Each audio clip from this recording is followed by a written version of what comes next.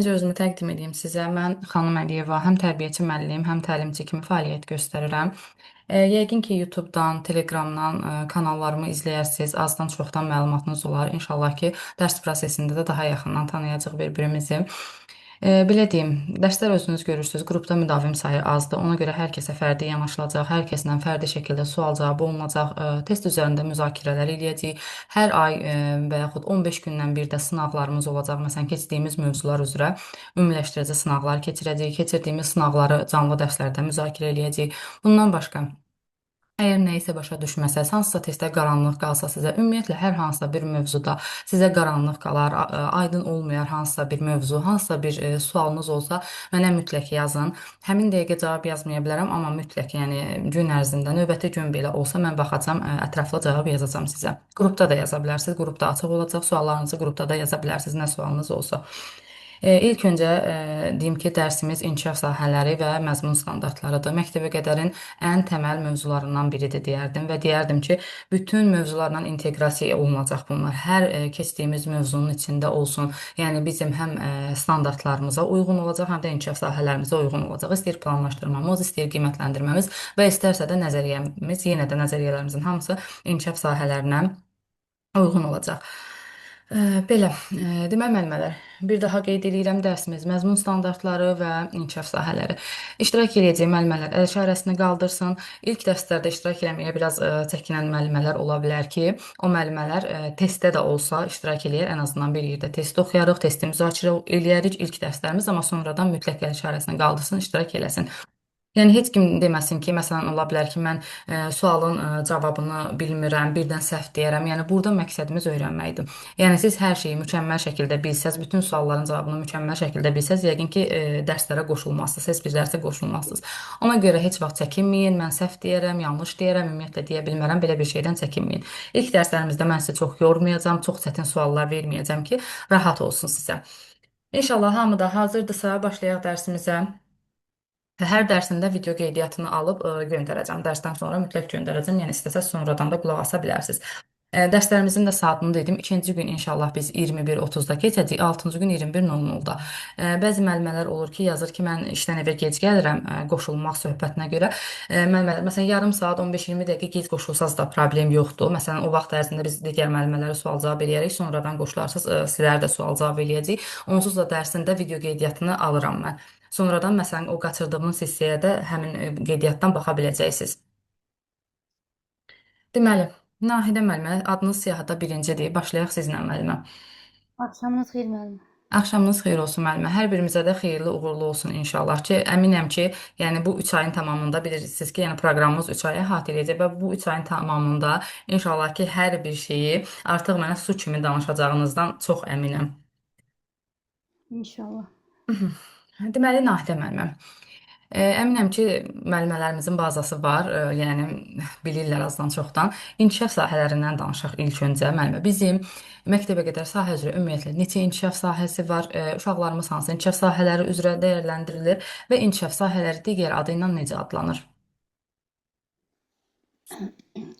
Deməli, inkişaf sahələri məktəbəqədər təhsilin təməlidir. Buna məzmun xətti də deyilir. Məzmun xətti, yəni inkişaf sahəsi deməkdir, sahələri deməkdir. Məktəbəqədər təhsildə 4 inkişaf sahəmiz var. Birincisi fiziki inkişaf və sağlamlıq, ikincisi idrakin inkişafı, üçüncü estetik yaradıcı inkişaf, dördüncü də sosial inkişaf sahəsi.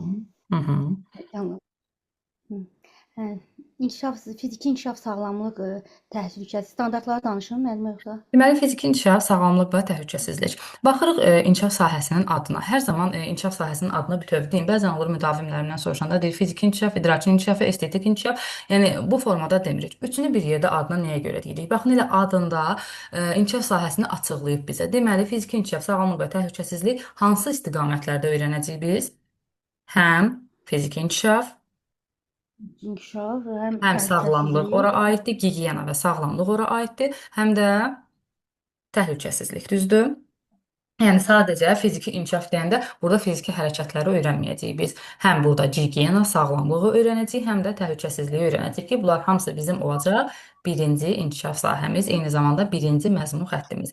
Ardıcıllığı da hər zaman dəqiq öyrənəcəyik. Nəyə görə ardıcıllığı? Çünki standartlar veriləndə, məsələn, 1-1, 1-2, 2-1 nədir, biz onu bilək deyə. Heç vaxt qarışdırmayaq ki, fiziki inkişaf, sonra sosial emosional belə öyrənmirik. Ardıcıllığı da düzgün şəkildə öyrənirik.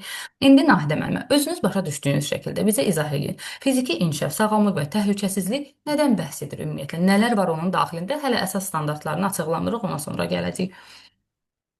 Fiziki inkişaf, sağlamlıq və təhlükəsizlik inkişaf sahəmizdə Hı hı. burada bir dənə məşğələmiz yer alır da, fiziki tərbiyə məşğələmiz Aha, yer düzdür. alır. Bir məşğələ yer alır. O da 1.1 birinci standartımızdadır. İkincidə də masa arxasında, yəni uşaqların gigiyena qaydalarına əməl etməsi, özünə xidmət etməyi Hı hı. bunlara aiddir. Üçüncü təhlükəsizlik qaydaları, yəni uşaqların kəsici, deşici alətlərdən, yolda təhlükəsizlik, Hı ım, hı. da öz bildiyim üçün belə bilirəm. Bunlara aiddir. Aha, düzdür. Yəni əslində düzgün vurğuladınız. Üç əsas standartı var ki, deməli fiziki inkişaf, sağlamlıq və təhlükəsizlik. Aha. Telefonun səsinə diqqət edin müəllimələr. Deməli, üç əsas istiqamətdə öyrənirik fiziki inkişaf, sağlamlıq və təhlükəsizliyi. Bura aiddir motor bacarıqları Nahidə müəllimə. Motor bacarıqları deyəndə nələr nəzərdə tutulur? Motor bacarıqları deyəndə kiçik motor, əllərin, Aha. barmaqların inkişafı, yəni uşaqların yazı yazması, özünə xidmət, düymələməsi, yaxasını düymələməsi, ayaqqabısının bağını bağlaması, özü yemək, özünə xidmət etməyi bunlar aiddir. Böyük motor isə qaçmaq, tullanmaq, sürünmək hərəkətləri də bu hərəkətlər, idman hərəkətləri aiddir. Aha. Deməli, motor bacarıqları deyəndə buna biz testlərdə ola bilər ki, psixomotor bacarıqlar deyə də çıxa bilər qarşımıza, motor bacarıqları da deyə çıxa bilər və yaxud da kiçik və böyük motor bacarıqları da çıxa bilər. Kiçik motor bacarıqlarına hər zaman götürəcəyi beldən yuxarı hissəni ki, hansı ki, burada əl əzələləri, barmaq əzələləri, bir də mimikalar, boyun da aiddir ki, bunlar hər biri kiçik motor bacarıqlarına aiddir. Böyük motor bacarıqlar isə beldən aşağı uşağın deməli qaçması, hoppanması, sizin vurğuladığınız kimi bunlar da böyük motor hərəkətlərinə aiddir. Deməli, fiziki inkişaf, sağlamlıq, təhlükəsizlik deyəndə ilk öncə ağlımıza gəldi hərəkət. Uşaqların qaçması, tullanması, bütün növ hərəkətləri, əl ilə etdikləri, ayaq ilə etdikləri bütün növ hərəkətlərin hamısı aid olduğu fiziki inkişaf, sağlamlıq və təhlükəsizliyə. Deməli, testlərdə hərəkətə aid nə gördüksə nəyə götürürük? Fiziki inkişaf, sağlamlıq və təhlükəsizliyə. İkinci aid olduğu sağlamlıq və gigiyena. Sağlamlıq və gigiyena deyəndə nə nəzərdə tutulur? İkinci standartımız masa sahə, onun Hı hı. ikinci hissə Ümumilikdə sağlamlıq yəni xüsusiyyətlərini sadalayırıq müəllimə. təmizlə qaydalarını, əllərini yumaq, Aha. masa sağlam ümumiyyətlə də gigiyena, təmizlik Hı bunlar hı. nəzərdə tutulur. Bunlara da başa düşürəm. Hı hı. Bura uşağın şəxsi gigiyenası aiddir ki, əməyin növlərindən də özünə xidmət əməyi dedik ki, aiddir fiziki inkişaf, sağlamlıq və təhlükəsizliyə. Elə özünə xidmət əməyinin içində nələr gedir? Özünə xidmət əməyinin içərisində uşaqların özünə xidmətdə, məsələn, Aha. yaxasını Hı düymələmək, hı. ayaqqabısının ipsini bağlamaq, dişlərini fırçalamaq, Hı hı. indi öz üzərində özünə qulluq nəzərdə tutulur. Aha, deməli öz üzərində icra etdiyi bütün hər xidmətlərdir ki, işlərdir ki, bunlar özünə xidmət etməkdir. Bəzən müəllimələr qarışdırır, deyir ki, məsələn öz paltarlarını səliqəyə salması, şkafa qoyması, öz ayaqqabılarını səliqəyə şkafa qoyması, bunlar özünə xidmət etməyi deyil. Özünə xidmət etməyi uşağın öz üzərində gördüyüdür ki, məsələn əlini yuyur, üzünü yuyur, dişini fırçalayır, əllərini quruluyur, paltarının düymələrini bağlayır, ayaqqabısının ipini bağlayır, düzdür, dəsmalla burnunu silir. Bunların hamısı aiddir özünə xidmət əməyinə. Və belə bir situasiyalarda görəndə yenə götürəcəyik fiziki inkişaf, sağlamlıq və təhlükəsizlik, yəni birinci inkişaf sahəmizə. Və təhlükəsizlik deyəndə də burada nələr var idi? Təhlükəsizlik deyəndə də uşaqların, yəni bıçaqdan, kəsici, deşici alətlərdən düzgün istifadə Hı hı. etməyi, davranmağı, təhlükəsizliyini qorumaq, yolu keçərkən yolda təhlükəsizlik, Hı hı. hər yerdə də, yəni təbiətdə təhlükəsizlik, gündəlik həyatda öz təhlükəsizliyini gözləməkdir. Hı hı. Baxın, mən desəm ki, uşağın yanğın zamanı yanğın söndürənə zəng etməsi və yaxud da təcili yardıma zəng edə bilməsi, bu hansı inkişaf sahəsi olar? Belə fiziki inkişaf, Hı sağlamlıq və hı. təhlükəsizlik. Düzdür, düzgün vurğuladınız. Yəni bəzən qarışdırırlar ki, telefonla nömrəni bilib zəng etməyi uşağın idraki inkişaf sahəsinə aiddir, amma yox, yəni təhlükəsizliklə bağlı olduğuna görə bu elə fiziki inkişaf, sağlamlıq və təhlükəsizliyə aiddir.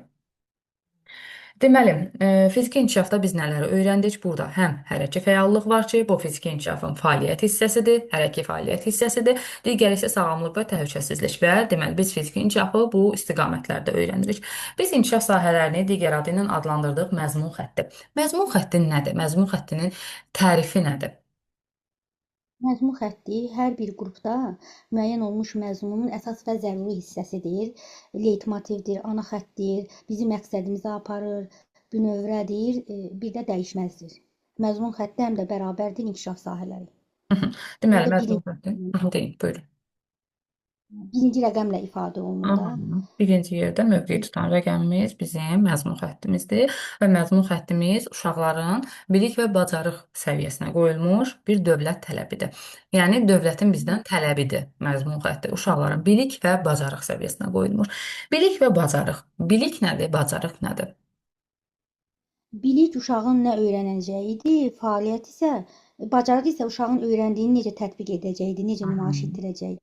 Mhm. Deməli, bilik məzmun hissədir, uşağa nə öyrədəcəyimiz, amma bacarıq isə onu necə tətbiq edəcəyidir. Hansı ki, məsələn, hal-hazırda bizim öyrəndiyimiz nədir? Bilik. Hal-hazırda biz nə edirik? Məlumat alırıq, məzmunu öyrənirik, amma gedib onu testdə ki, tətbiq eləyəcəyik, bu olacaq bizim fəaliyyət hissəmiz, bacarıq hissəmiz və yaxud da öyrəndiyimizi gedib işdə tətbiq eləyiriksə, bu yenə də olur fəaliyyət hissə.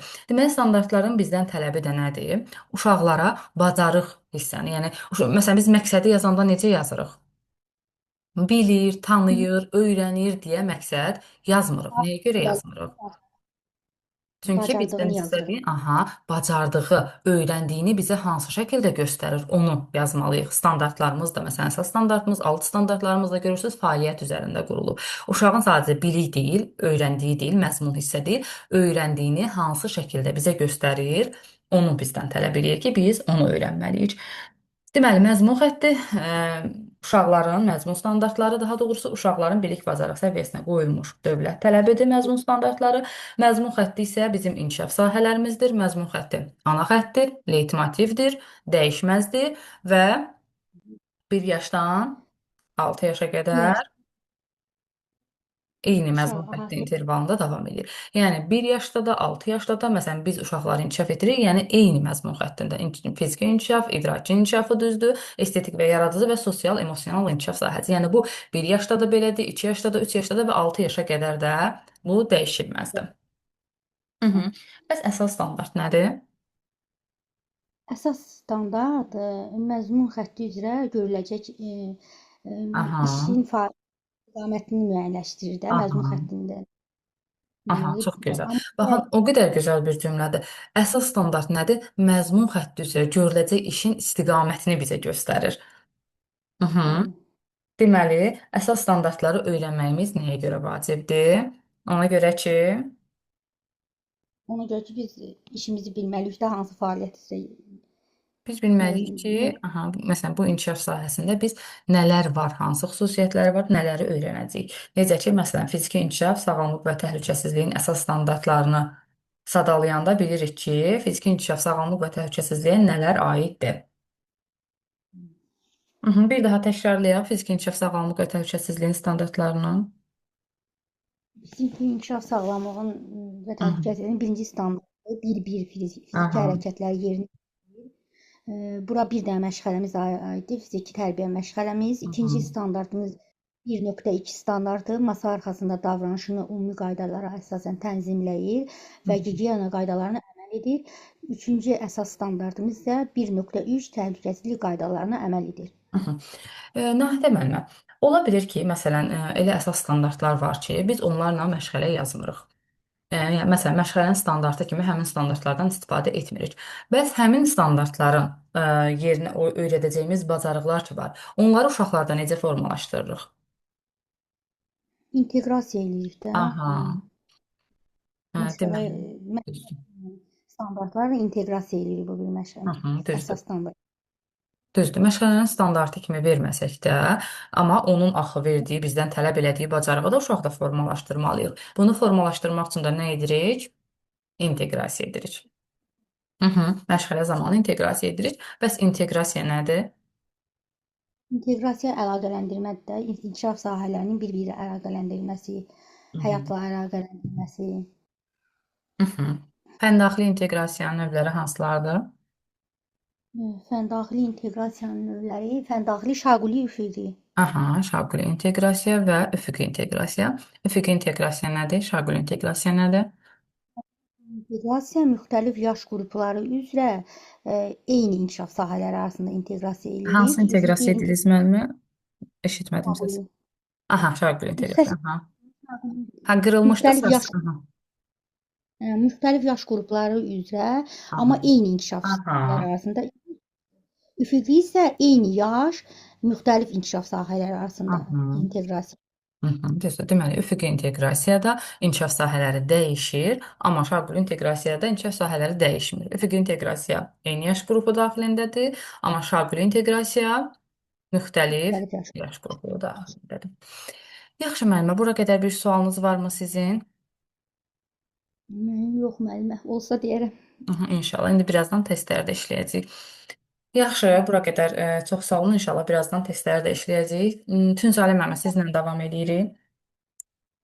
Tünzalə Həbibova yazılan müəllimə.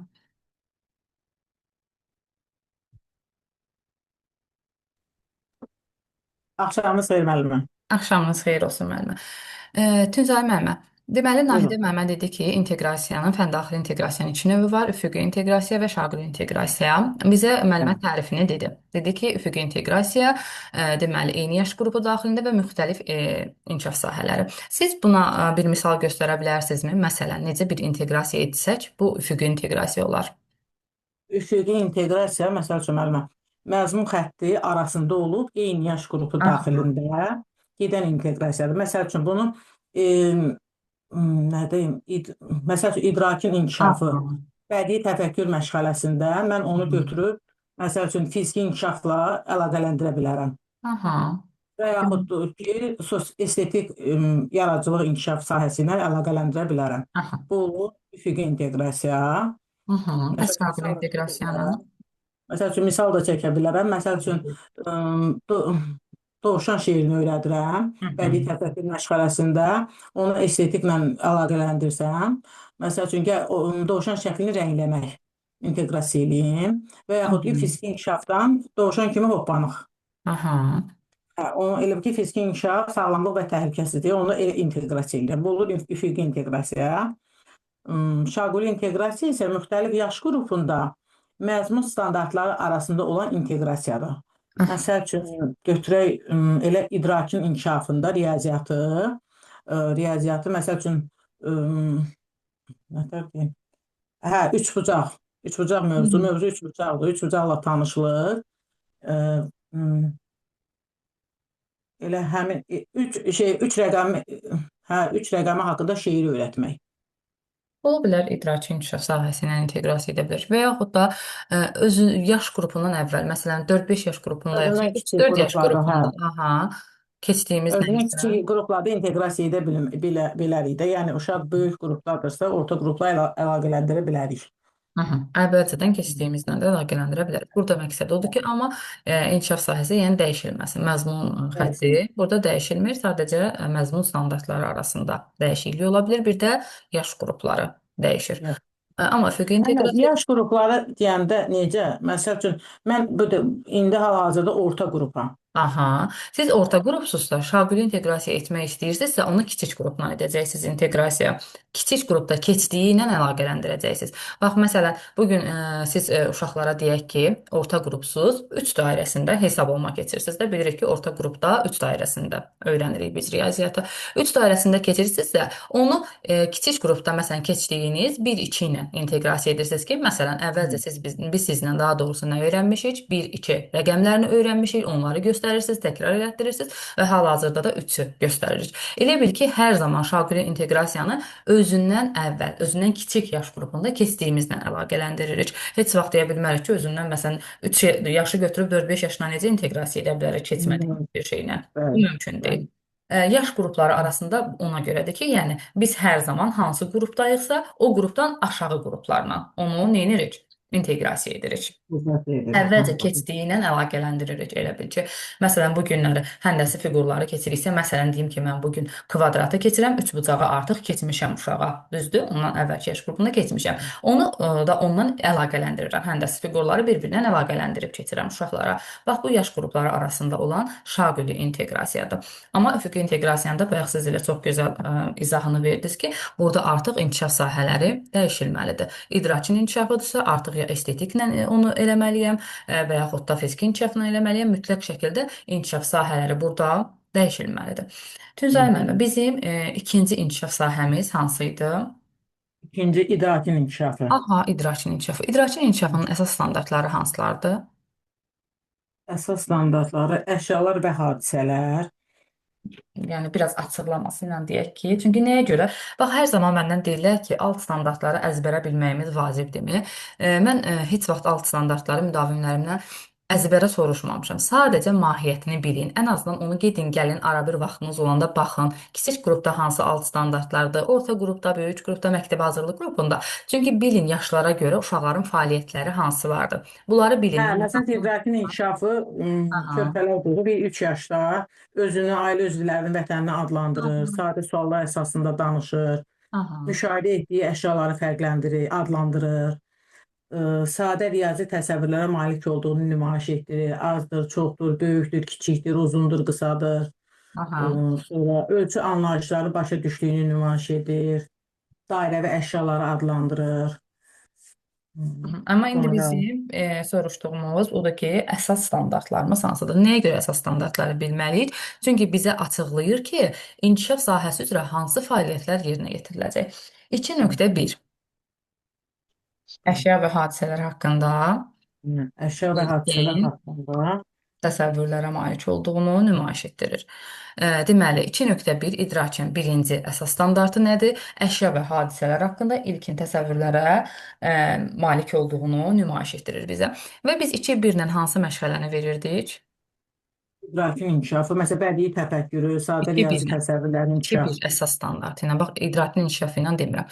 Sırf ətraf 2.1 aləmlə tanışlıq. Aha, ətraf Hə. aləmlə tanışlığa verirdik. Bax, elə ətraf aləmdə də bizim məqsədimiz nədir? Ətraf aləmlə tanışlıq məşğələsində görürsünüz nədir? Orada əşyalar, hadisələr haqqında Canlı, ilkin cansız, təsəvvürlər. Aha, mövsüm, iqlim, aha, müşahidə, düzdür.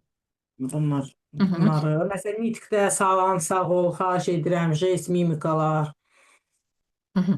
Deməli, Sonra 2.1 ilə verdik ətraf aləmlə tanışlığa. Bəs 2.2 əsas standartı nə idi? burada nitq idi də deyəsən, 2.2. Nitqi dinləyib anlayır. Salam, sağ ol, xahiş edirəm, jest, mimika sözlərindən istifadə edir. Alt Sonra standartları ilə izah edir nitq ki. strukturu, səs, heca, söz, cümlə. Hı -hı. Deməli, bunların hər biri də yenə aid olur idrakin inkişafına. İdrakin inkişafına. Aha, bir də var 2.3. Hə, bir də var 2.3 sadə riyazi əməliyyatları yerinə yetirir. Aha. Bir, çox, az, kvadrat, üçbucaq, sağ, sol, yuxarı, aşağı, dünən, bugün, sabah, Hı -hı. sonra tədqiqat, böyüdücü şüşə, maqnit, tərəzi, müşahidə. Bunlar da riyazi təsəvvürlərin, sadə riyazi əməliyyatları yerinə yetirir. 2-3. Deməli, idrak inkişaf sahəsinə aid oldu. Həm ətraf aləm haqqında, əşya və hadisələr haqqında ilkin təsəvvürlərə malik olduğunu nümayiş etdirir. Həm nitqi dinləyib anlayır, rabitəli danışır. Bunun da içində dediyiniz kimi deməli fonetika var, səslər var, hərflər var, eşitməsi var. Uşağın hərfləri, səsləri eşitməsi, səsləndirməsi, hecalar, cümlə, yəni hərfdən söz, sözdən hərfdən heca, daha doğrusu hecadan söz, sözdən cümlə düzəltməsi hər biri aiddir 2.2-yə rabitəli danışır. Əlaməti bildirən sözlərdən istifadə edir. Aha. Əsasən. Sonra 2-3 dediyimiz kimi riyazi əməliyyatları yerinə yetirir. Böyüklərin göstərişi ilə tədqiqat üsullarında ölçmə müqayisədən istifadə edir. Hı hı. Məkan anlayışlarını fərqləndirir. Səhər, günorta, axşam, irəli, geri, yuxarı, aşağı bunları Hı hı. son formasına Deməli, görə buradan belə qənaətə gəlirik ki, biz uşağın bütün növ zehni fəaliyyətləri, bütün növ idraki fəaliyyətləri hər biri aiddir İdraki idrarın inkişaf inkişafına. sahəsinə. Məsələn, biz testlərdə hər zaman adlandırmaq, fərqləndirmək, ümumiləşdirmək, təsnif etmək, analiz etmək, sistemləşdirmək, bax bu kimi cümlələr, bu kimi sözlər görürük, açar söz kimi özümüz üçün götürürük bunu. Bunların hər biri aid olacaq idraki inkişaf sahəsinə. Idrarın inkişafına. İstisna hallar var. Məsələn, uşağın rəngləri adlandırması, rəngləri fərqləndirməsi. Bu hansı inkişaf sahəsinə aiddir? O idrakin inkişafına aiddir. Yox, rəngləri adlandırmaq, Hə, rəngləri hə, estetik. Aha, musiqini adlandırmaq, Musiqidə, hə, musiqini musiqi adlı. fərqləndirmək. Yenə bunlar da aid olacaq Estetik. estetik, yaradıcı inkişaf sahəsinə. Yəni istisna hallar var ki, burada adlandırmaqda desə, fərqləndirməkdə desə, biz idraki inkişaf götürə bilmirik, çünki estetik yaradıcıya aid olacaq. Demək, Hansısa var idi, axı onu idrakda götürürdülər rəngləri. Yadımdan çıxır. hansını deyirsən, desəz aydınlıq gətirərik. Düşmür. Nəsə elə Düşən. bir ki, hə, Aha. düşəndə onu mütləq deyəcəm sizə bir Hı dərsdə. hı. Aha, deməli, rənglər, musiqi, estetikaya aid olanlar xaric olub, yəni xaric götürürük, istisna hal kimi götürürük, amma qalan hansı ki, zehni fəaliyyətlərin hər birini götürürük idraki inkişaf sahəsinə. Deməli, idraki inkişaf sahəsinin istiqamətlərinə gəlsək, deyərik ki, burada təfəkkür var, idrak var, burada ətraf aləmlə tanışlıq var, burada riyazi təsəvvürlər var, eyni zamanda məntiqi təfəkkür var, dünyanın dərki var, təbiət haqqında müşahidə etmək hər biri aiddir idraki inkişaf sahəsinə.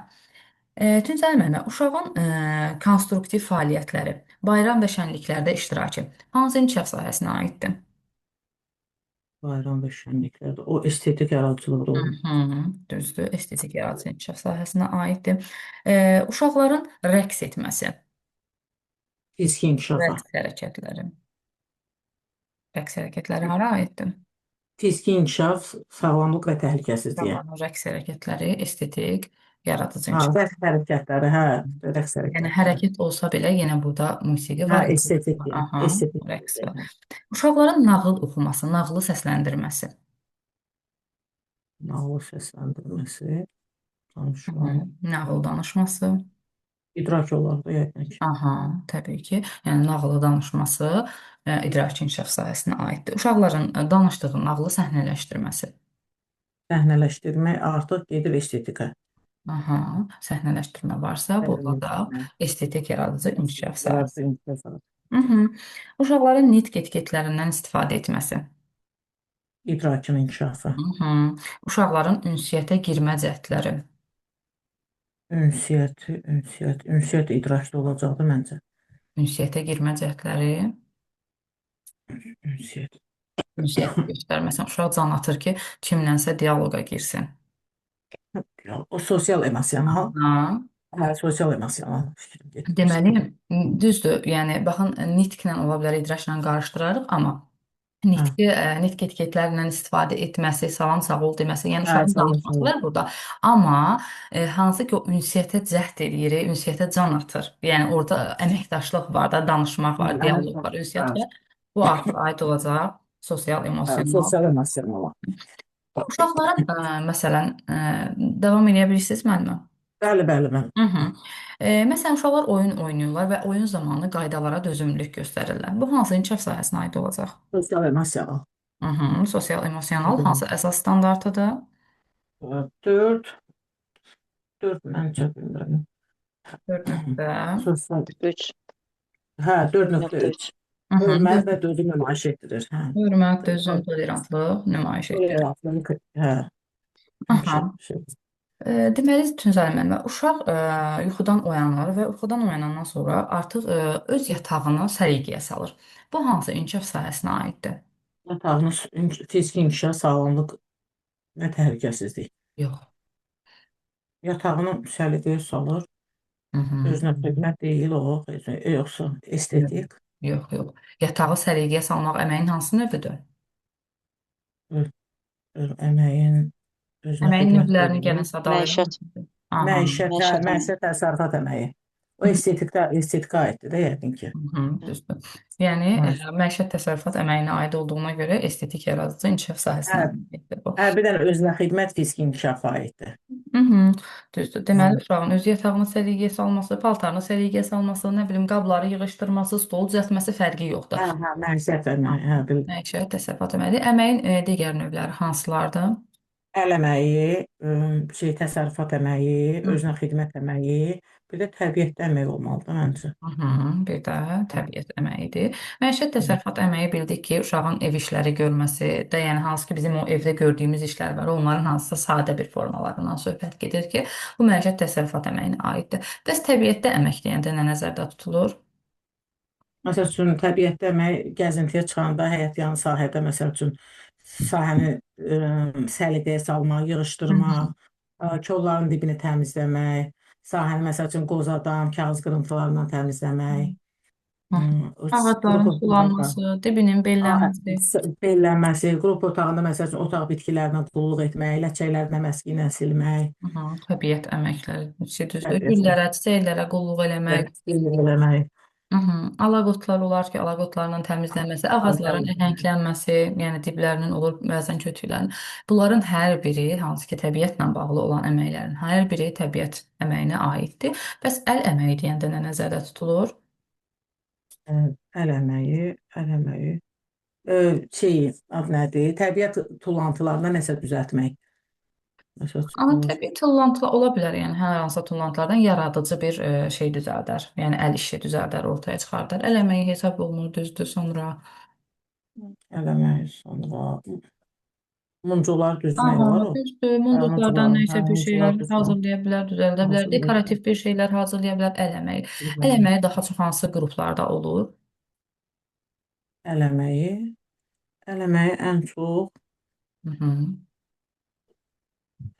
yəqin ki, kiçik qruplarda olmaz da o. Yox, yox. Yox, yəqin ki, o böyük Məktəbə məktəbə hazırlıq qrupları. böyük və ən çox da Böyük məktəbə hazırlıq qruplarında. məktəbə hazırlıq qruplarında olur.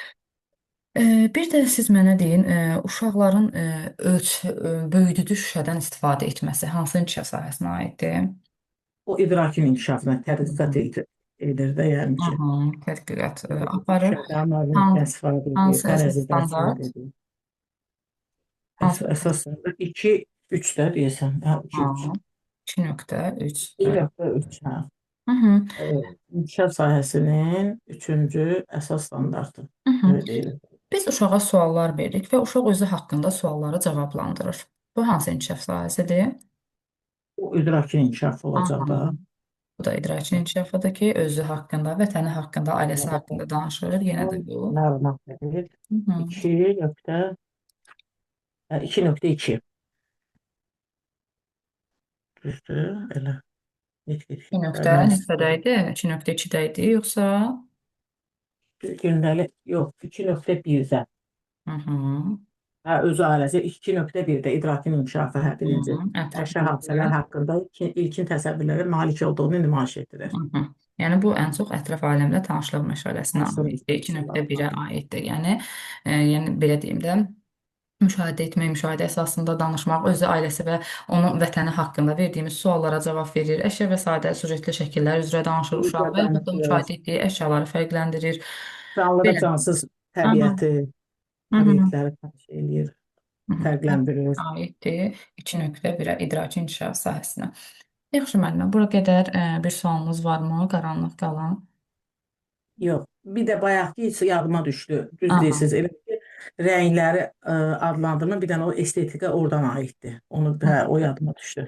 Aha. O mən səhv saldım, elə bildim ki, o idraka qayıdacaq. Yox, o elə ki, onun Yox, yox. içində estetika, adlandırma, bir dənə estetika aid olacaq Hı rənglər. hı. Necə ki, bax məsələn, əməyin növlərinin hamısı estetik yaradıcıya aiddir. Bir dənə özünə xidmət əməyi görsən, Özünə orada xidmət etmək. aid olur fiziki inkişafa. Fiziki Nəyə görə? inkişaf. Çünki orada gigiyena var, şəxsi gigiyena var, özünə qulluq var, özünə xidmət var, hansı ki, sağlamlıq aiddir də, yəni fiziki inkişaf sağlamlıq və təhlükəsizliyə aiddir. Qalan əməyin bütün növləri aid olur estetik yaradıcıya.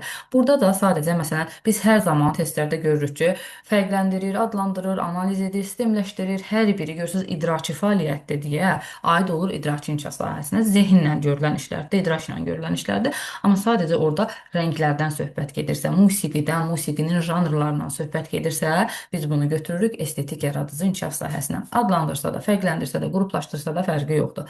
Yenə də estetik yaradıcı inkişaf sahəsidir. Hı -hı. Yaxşı müəllimə, bu qədər. İnşallah birazdan testlərdə işləyərik.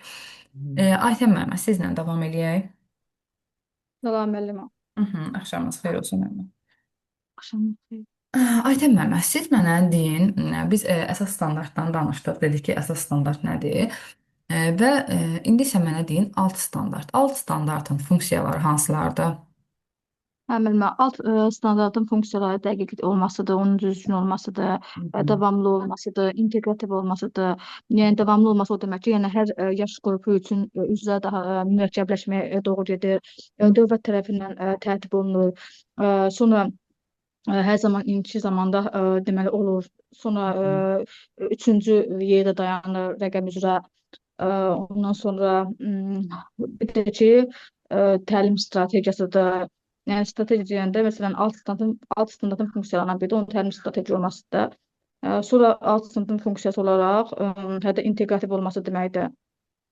İnteqrativ olur, dediniz ki, bir də var orada təlim strategiyaları. Təlim strategiyaları deyəndə nələr nəzərdə tutulur? Müəllimə, təlim strategiyaları iş üsuludur, iş formasıdır.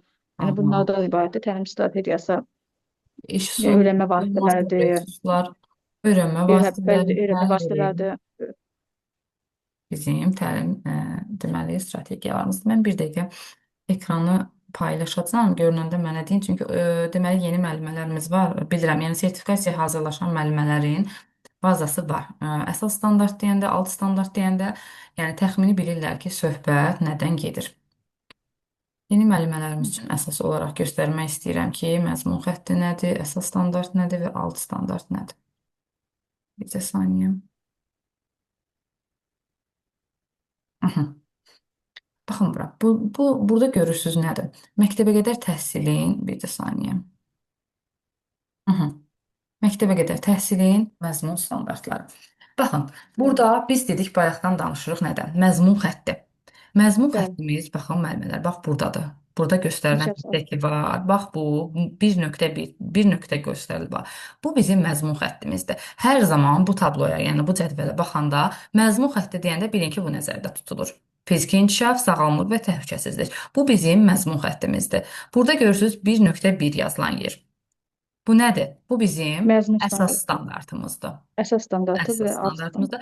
Bir də müəllimələr, məzmun standartları deyəndə əsas standart və alt standart birlikdə nəzərdə tutulur. Həm əsas standart, həm də alt standart məzmun standartları adlanır. Deməli, bu bizim olduğu əsas standartımız. Deməli, birinci oldu bizim məzmun xəttimiz, hansı ki dedik heç vaxt dəyişmir, ana xəttdir, leytmotivdir. İkinci oldu bizim əsas standartımız. Görürsüz, əsas standartımız və burada göstərilənlər ki var, müəllimələr, bax bu olsun, bu biri olsun, hər biri alt standartlardır. Deməli, bayaqdan danışdığımız məzmun xətti. Məzmun xətti oldu nə? Fiziki inkişaf, sağlamlıq və təhlükəsizlik. Düzdür? Bu oldu bizim məzmun xəttimiz, bu oldu bizim əsas standartımız və bunlar da oldu bizim alt standartlarımız. Bax, burada gördüyümüzün hər biri oldu bizim alt standartlarımız. Baxın, fiziki inkişafın birinci əsas standartı fiziki hərəkətləri yerinə yetirir. İkinci əsas standart, baxın, buradadır. 1.2 masa arxasında davranışın ümumi qaydalara əsasən tənzimləyir və gigiyena qaydalarına əməl edir və burada da nələr var? Bir də saniyə, ekran gedir. Aha. Baxın, 1.2.1 yenə nədir bu? Alt standartdır. Alt standart dediyi, alt standart hər yaş qrupuna görə dəyişir. Baxın, yaş qruplarına görə dəyişmək budur. Yaş qruplarını da qoyun göstərim sizə yuxarıdan. Baxın burada. Baxın, 1-2 yaşda görürsünüz daha sadə. Sadə fiziki hərəkətləri yerinə yetirir. Uşaq məsələn qalxıb, oturur, yanlara dönür, sərbəst yeriyir. 2-3 yaşa gəldik. Baxın, bunlar nədir? Bölmələr. Hər yaş qrupuna görə dəyişdi. Bu birinci bölməmizdir. 1-2 yaş. 2-3 yaşda görürsünüz hərəkətlər biraz da mürəkkəbləşdi. Artıq burada yeriyiş, qaçış hərəkətləri icra edir. Yerişdən qaçışa keçir, qaçışdan sürünməyə, dırmanmaya. Artıq keçdik hansına? 3-4 yaşda artıq hərəkətlərimiz biraz da görürsüz mürəkkəbləşir. 4-5 yaşda biraz da mürəkkəbləşir və 5-6 yaşda görürsüz daha da genişlənir və daha da mürəkkəbləşir. Deməli, baxın, gördük ki, məzmun xətti dəyişmədi. Bütün yaş qruplarında, baxın 1-2 yaşdan tutmuş 5-6 yaşa qədər hamısında eyni qaldı. Əsas standart nisbətən dəyişir, hansı ki bölmələr üzrə dəyişir, əsasən dəyişməzdir, amma alt standart hər zaman dəyişir. Bütün yaş qruplarına görə dəyişir, davamlı olur. Bax görürsüz necə? Fərqli bir şey vermədi burada. Hamısında fiziki hərəkətlərdir. Sadəcə biraz necə mürəkkəbləşərək gedir. Davamlı olur. Varislik prinsipi qorunur, bir-birini neynir? Tamamlayır, bir-biri ilə əlaqəli olur və bir-birini tamamlayır dediyimiz kimi. Bu oldu bizim məzmun xətti, əsas standart və alt standartlarımız. Yəni bunu açdım ki, müəllimələrə də aydın olsun, qaranlıq qalmasın ki, əsas standart deyəndə və yaxud da alt standart deyəndə nədən söhbət gedir bilsinlər. Bircə saniyə. Aytən müəllimə, davam edirik sizlə. Deməli, alt standartın funksiyaları dedik ki, dəqiq, düzgün və davamlı olmasıdır, inteqrativ olmasıdır, hər yaş qrupu üzrə mürəkkəbləşməsidir. Alt standart tərbiyəçi müəllim tərəfindən yazılır, yoxsa dövlət tərəfindən? Bəli, dövlət tərəfindən yazılır müəllimə. Dövlət tərəfindən bizə verilir və indiki zamanda olmalıdır. Bir də alt standartda nə olur? Uşağın. Dövlət bu alt standart dövlət tərəfindən yazılır. Müəllimə uşağın fəaliyyəti göstərilir. Yəni uşağın Mütləq şəkildə burada uşağın fəaliyyəti olmalıdır. Yəni uşaq orada da gördünüz də, yəni fiziki hərəkətləri yerinə yetirir və yaxud da gigiyena qaydalarına əməl edir. Kim əməl edir? Uşaq əməl edir. Burada nə var? Uşağın hərəkəti var. fəaliyyəti. Aha, uşağın fəaliyyəti var. Bunlar da oldu alt standartın funksiyası. Bir də dedik ki, alt standartın funksiyalarından biri təlim strategiyasıdır. Təlim strategiyası deyəndə də indi inşallah Bir də ki, növbəti dərslərimizdə keçəcəyik. məqsəd də alt standartdan çıxır. Məsələn, cari planlaşdırma yazarkən, gündəlik yeni planlaşdırma yazarkən biz işimizi fəaliyyətimizi götürürük. Yəni onu məqsədimizi alt standartdan götürürük. Yəni mövzuya uyğun olaraq alt standart götürüb fəaliyyət yəni qoyuruq da 3-4 məqsəd qoya bilərik. Maksimum 4. Deməli, məqsədin dedik, düzgün vurğuladınız ki, alt standartdan çıxarılır və mövzuya uyğun yazılır. Yəni, məqsəd mövzu ilə əlaqəli olmalıdır, alt standartdan çıxarılmalıdır, yenə indiki zamanda olmalıdır, yenə təsdiqdə olmalıdır, yenə də uşağın fəaliyyətinə Fəaliyyət göstərməlidir. İndi çox gözəl məqsədin bildik ki, şərtləri nələrdir. İndi də siz mənə deyin, belə deyək, 5 dairəsində hesablama fəaliyyətinə aid 3-4 dənə məqsəd deyin. Bir də məqsədi çalışmalıyıq ki, biz sadədən mürəkkəbə doğru yazaq. Məsələn, birinci sadə məqsəd yazıb, sonra mürəkkəbə yazmalıyıq. Mürəkkəbdən sadəyə doğru yazmırıq məqsədi, düzdür? Deməli, mən 5 dairəsində dediniz, yəni hesablama əməliyyatına aid məqsəd dediniz, hə müəllimə? Deməli, məsələn belə deyə bilərik. Tutaq ki, əvvəlcə deyə bilərik ki, yəni məsələn zəif hər bir uşağın səviyyəsinə uyğun olaraq, yəni onları nəzərə alaraq biz sadədən mürəkkəbə doğru qururuqda. Məsələn, deyək ki, 5 rəqəmini adlandırır və ya demək 5 rəqəminin tanıdığını nümayiş etdirir. Mən məsələn göstərirəm ki, uşağa lövhədə bu hansı rəqəmdir? Məsələn, elə zəif uşaqlar var ki, onu həqiqətən tanımır. 5 rəqəmini tanıdığını nümayiş etdirir. Sonra bilər 5 rəqəmini sayır və yaxud da sonra ola bilər 5 rəqəminin belə deyək 5 rəqəmini digər rəqəmlərdən fərqləndirir. 5 dairəsində hesablama əməliyyatı aparır. Əşyalar üzərində ən çətin də ola bilər ki, məsələn 5 dairəsində əşyalar üzərində hesablama əməliyyatını yerinə yetirir. Deməli, 5 rəqəmini adlandırır, 5 rəqəmini digər rəqəmlərin içindən seçir, düzdür, 5-ə qədər sayır. Bunlar hamısı nədir? Düzgün şəkildə qurulmuş məqsədlərdir. Məqsəddə biz hansı feillərdən istifadə etmirdik? Mənə burada elə bir ki, elə feildən istifadə edirik. Yəni uşaqların fəaliyyəti göstərilsin. Məsələn, tanıyır sözü olmaz. Yəni burada ancaq uşağın fəaliyyəti göstərilməlidir. Tanıyır, bilir, yaxud da nə bilim, yəni elə şeylər deyil, elə feillər deyildi. Yəni uşağın əsas fəaliyyəti göstərilir. Məsələn, tanıyır sözü əvəzində tanıdığını nümayiş etdirir. Yəni ki, bu müəllimə göstərir, mən bunu tanıyıram da. Yəni tanıyır sadəcə uşağın özündə qalır. Yəni müəllim o bilmir ki, tanıyır, tanımır. Deməli, adlandırır, tanıyır, daha doğrusu tanıdığını nümayiş etdirir, izah edir. Bunların hamısı nədir? Məqsəddir, düzgün şəkildə qurulmuş məqsəddir ki, uşaq bildiyini bizə göstərir, öz fəaliyyəti ilə bizə göstərir. Tanıyır, bilir, anlayır, öyrənir, bacarır. Bu şəkildə məqsəd yazmırıq heç vaxt. Evet. Hər zaman testlərdə Bəli. də bu feilləri özünüz üçün beyninizdə saxlayın.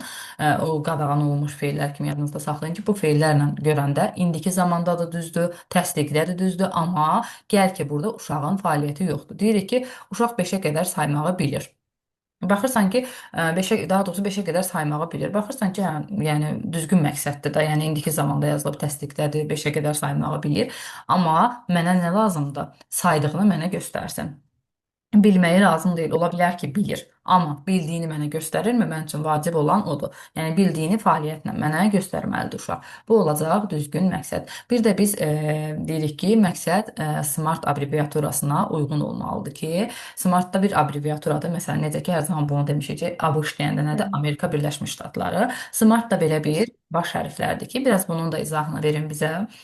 Bəli, bəli, bəli. Və deməli smart sözünün baş hərflərinin mənası smart spesifik olmasıdır. M çubuq qiymətləndirə bilməsi, A çubuq əlçatan, realist, yəni real olması, T time, yəni ki, məsələn time o deməkdir, yəni məqsədimizi qurulan zamana uyğun, yəni çatmalıyıq məqsədimizə. S spesifik o deməkdir, yəni sadə olmalıdır. Yəni biz məqsədi qurarkən tam aydınlıqla göstərməliyik ki, məsələn uşaq bu ayağı üzərində məsələn hoppanır və yaxud da uşaq qaydalara əməl edir sözünü yaza bilmərik. Yəni orada hansı qaydalara əməl edir? Yəni biz onun hər şeyi açıqlıqla deməli. Tutaq ki, uşaq meyvələri tanıyır, yaza bilmərik. Uşaq hansı meyvəni tanıyır? Uşaq alma, məsələn, uşaq almanı göstərir. Uşaq almanı tanıdığını göstərir, nümayiş etdirir və yaxud da uşaq almanı digər meyvələrdən fərqləndirir. Yəni biz onları açıq cəhətdən, yəni bildirməliyik. Spesifik bu deməkdir. Miyyətçi bu qiymətləndirilə bilən deməkdir. Yəni ki, hər bir uşaq yəni qiymətləndirilməlidir. Yəni ölçülə bilən deyilməlidir. Ki, yəni elə biz məqsəd qurmalıyıq ki, qiymətləndirək. Açıq əlçatan, yəni hər bir uşağın bacarığına uyğun olaraq məqsəd qurulmalıdır. Yəni hər uşağın səviyyəsinə uyğun olaraq məqsəd qurulmalıdır. Realist olmalıdır.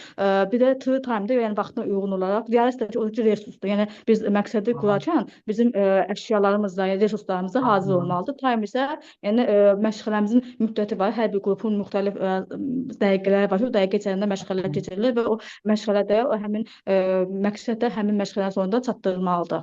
Aha, elə bir məqsəd qurmalıyıq ki, məsələn, bəzən müəllimələr olur ki, 3-4 məqsəd yazır və elə məqsədlər yazırlar ki, onu məsələn 20 dəqiqə ərzində və yaxud da 25 dəqiqə ərzində onu eləyib çatdırmaq mümkün deyil. Yəni o məqsədə çatmaq mümkün deyil. Yəni məqsəd əvvəlcədən yazılır, düzdür? Məşğələnin əvvəlcədən yazılır cari planda və məşğələnin sonu üçün biz hansı məqsədə çatmalıyıq onları məsələn biz hal-hazırda dərsimizin sonunda inkişaf sahələrini, məzmun standartlarını öyrənməliyik, düzdür? Bunlar haqqında məlumat verməliyik tam şəkildə. Bizim məqsədimiz budur. Eləcə də məşğələlərdə də məqsəd bu deməkdir. Ki, yəni mən əgər məşğələyə başlamamışdan əvvəl məqsədimi yazmalıyam ki, mən məşğələnin sonunda nəyi əldə edəcəm? Uşaqlarda hansı bacarıqları formalaşdıracam? Bax, bu mənim məqsədim olmalıdır və SMART abreviaturasına uyğun olmalıdır deyirik. Düzdür, yəni testlərdə bizə deməyəcək SMART-ın hansı hərfi, SMART-ın nəyi, sadəcə nəyə görə öyrənirik? Bunu məqsədin xüsusiyyətlərini bilək deyə ki, yəni məqsəd xüsusi spesifik yazılmalıdır, indiki zamanda olmalıdır, təsdiqdə olmalıdır və fəaliyyət. Məqsəddə mütləq şəkildə fəaliyyət olmalıdır və elə məqsədlər qoymalıyıq ki, o məqsədləri bizə verilən vaxt ərzində, hansı ki, o məşğələnin müddəti ərzində reallaşdıra bilək, reallaşdırmağı bacaraq. Bir də məşğələlərin müddətini də deyin elə qruplar üzrə. Hə, deməli müəllim, birinci körpələr qrupu 10 dəqiqədir, ikinci körpələr qrupu 15 dəqiqədir, orta qrup 20 dəqiqə, böyük qrup 25 dəqiqə, məktəbə hazırlıq isə 30 dəqiqə ərzində keçirilir. Və məşğələlər arasında fasilə verilir 10 dəqiqə. Yəni məsələn mən ətraf əmə tanışlıq məşğələsi keçdim, 10 dəqiqə fasilədən sonra məsələn fiziki mədəni keçə bilərəm. Yəni elə keçilməlidir. Məsələn 10 dəqiqədən sonra keçirilməlidir. Yəni dalbada keçilə bilməz. Uşaqları yormamaq üçün ümumiyyətlə diqqətlərini Bir də idrak, bir də yəni hansı ki zehni gərginlik tələb edən. Zehni gərginlik tələb edən məşğələdə isə yəni 1 dəqiqə dolmuş olsa, yəni fasilə verilməlidir. Ortada məşğələnin ortasında dərk etmə mərhələsindən sonra. Bunu ki, yəni idman dəqiqələri deyirik, uşaqlara fasilələr deyirik ki, uşaqların bu zaman ərzində o zehni gərginliyi aradan qaldırmaq üçün. Bu da dərk etmə mərhələsindən sonra verilir ki, tətbiq etmə mərhələsi keçid olsun. Düzdür. Bizim üçüncü məzmun xəttimiz hansıdır? Üçüncü məzmun xəttimiz. Üçüncü məzmun xəttimiz estetik yaradıcı məzmun xəttidir. Hansı əsas standartlar var? Deməli, sadə bədii yaradıcılıq bacarıqlarını nümayiş etdirir, sadə əmək bacarıqlarını nümayiş etdirir. Deməli, burada var 3.1 sadə bədii yaradıcılıq nümunələri, bir də 3.2 sadə əmək Sadə bacarıqları. nümayiş Sadə etdirir. bədii yaradıcılıq nümunələri. Nədir bu? Nələr daxildir bura? Bəli, burada ümumiyyətlə uşaqların rəsmdir, bədii yaradıcı bacarıqların rəsm məşğələsidir, aplikasiyadır, ondan sonra yapma fəaliyyətidir, quraşdırma fəaliyyətidir, bunların keçirilməsidir. Sonra uşaqlarda səhnələrdir, musiqi müəllimlərinin də hətta burada standartı var ki, musiqi müəllimənin sonra o musiqi müəlliməyə aid olanlar səhv etmirəmsə 3.6-7 olmalıdır. Musiqi 3.1.6, 3.1.7 musiqi müəlliməsinə aiddir. O bizə aid deyil. Məsələn 3.1.8 səhnələşdirmə olmalıdır. Elə 9 da məncə səhnələşdirmə olmalıdır. Yəni o da hansı məsələn nağıllardır, qurduğumuz nağılların səhnələşdirməsidir. Bunlar estetik yaradıcılığa aiddir. Məsələn tutaq ki, mən bədii dil elə məşğələdən idraki məşğələmiz var, bədii ədəbiyyat məşğələsi keçirəm. Tutaq ki, onun tətbiq etmə mərhələsini səhnələşdirmə edirəm, onu inteqrasiya edə bilərəm də, yəni estetik yaradıcılıq ilə səhnələşdirməklə. 3.1.8 düz deyirsiniz. Həm təsviri, həm musiqi, həm konstruktiv fəaliyyətlər, həm səhnələşdirmə, həm əyləncələrin təşkili, hər biri ümumiyyətlə, yəni uşağın bunlarda iştirak etməsi əyləncələrdə 3.1.8, 3.1.9-da isə artıq müxtəlif janrlarda olur ki, Nağıllar.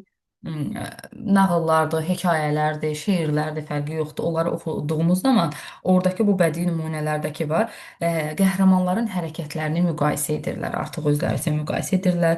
Eyni zamanda bədii və incəsənət əsərlərini, belə deyək də, məzmununa münasibət bildirirlər, kitabların, illüstrasiyaların və Deməli, dahi çox üzr istəyirəm, sözü kəsdim. Mən orada məsələn 3000.9-un o vaxtda test yazılmışdı, amma mən səhv yazmışdım. Orada kiçik qrup müəlliməsinin, kiçik qrup daha doğrusu uşağında gəlirəm.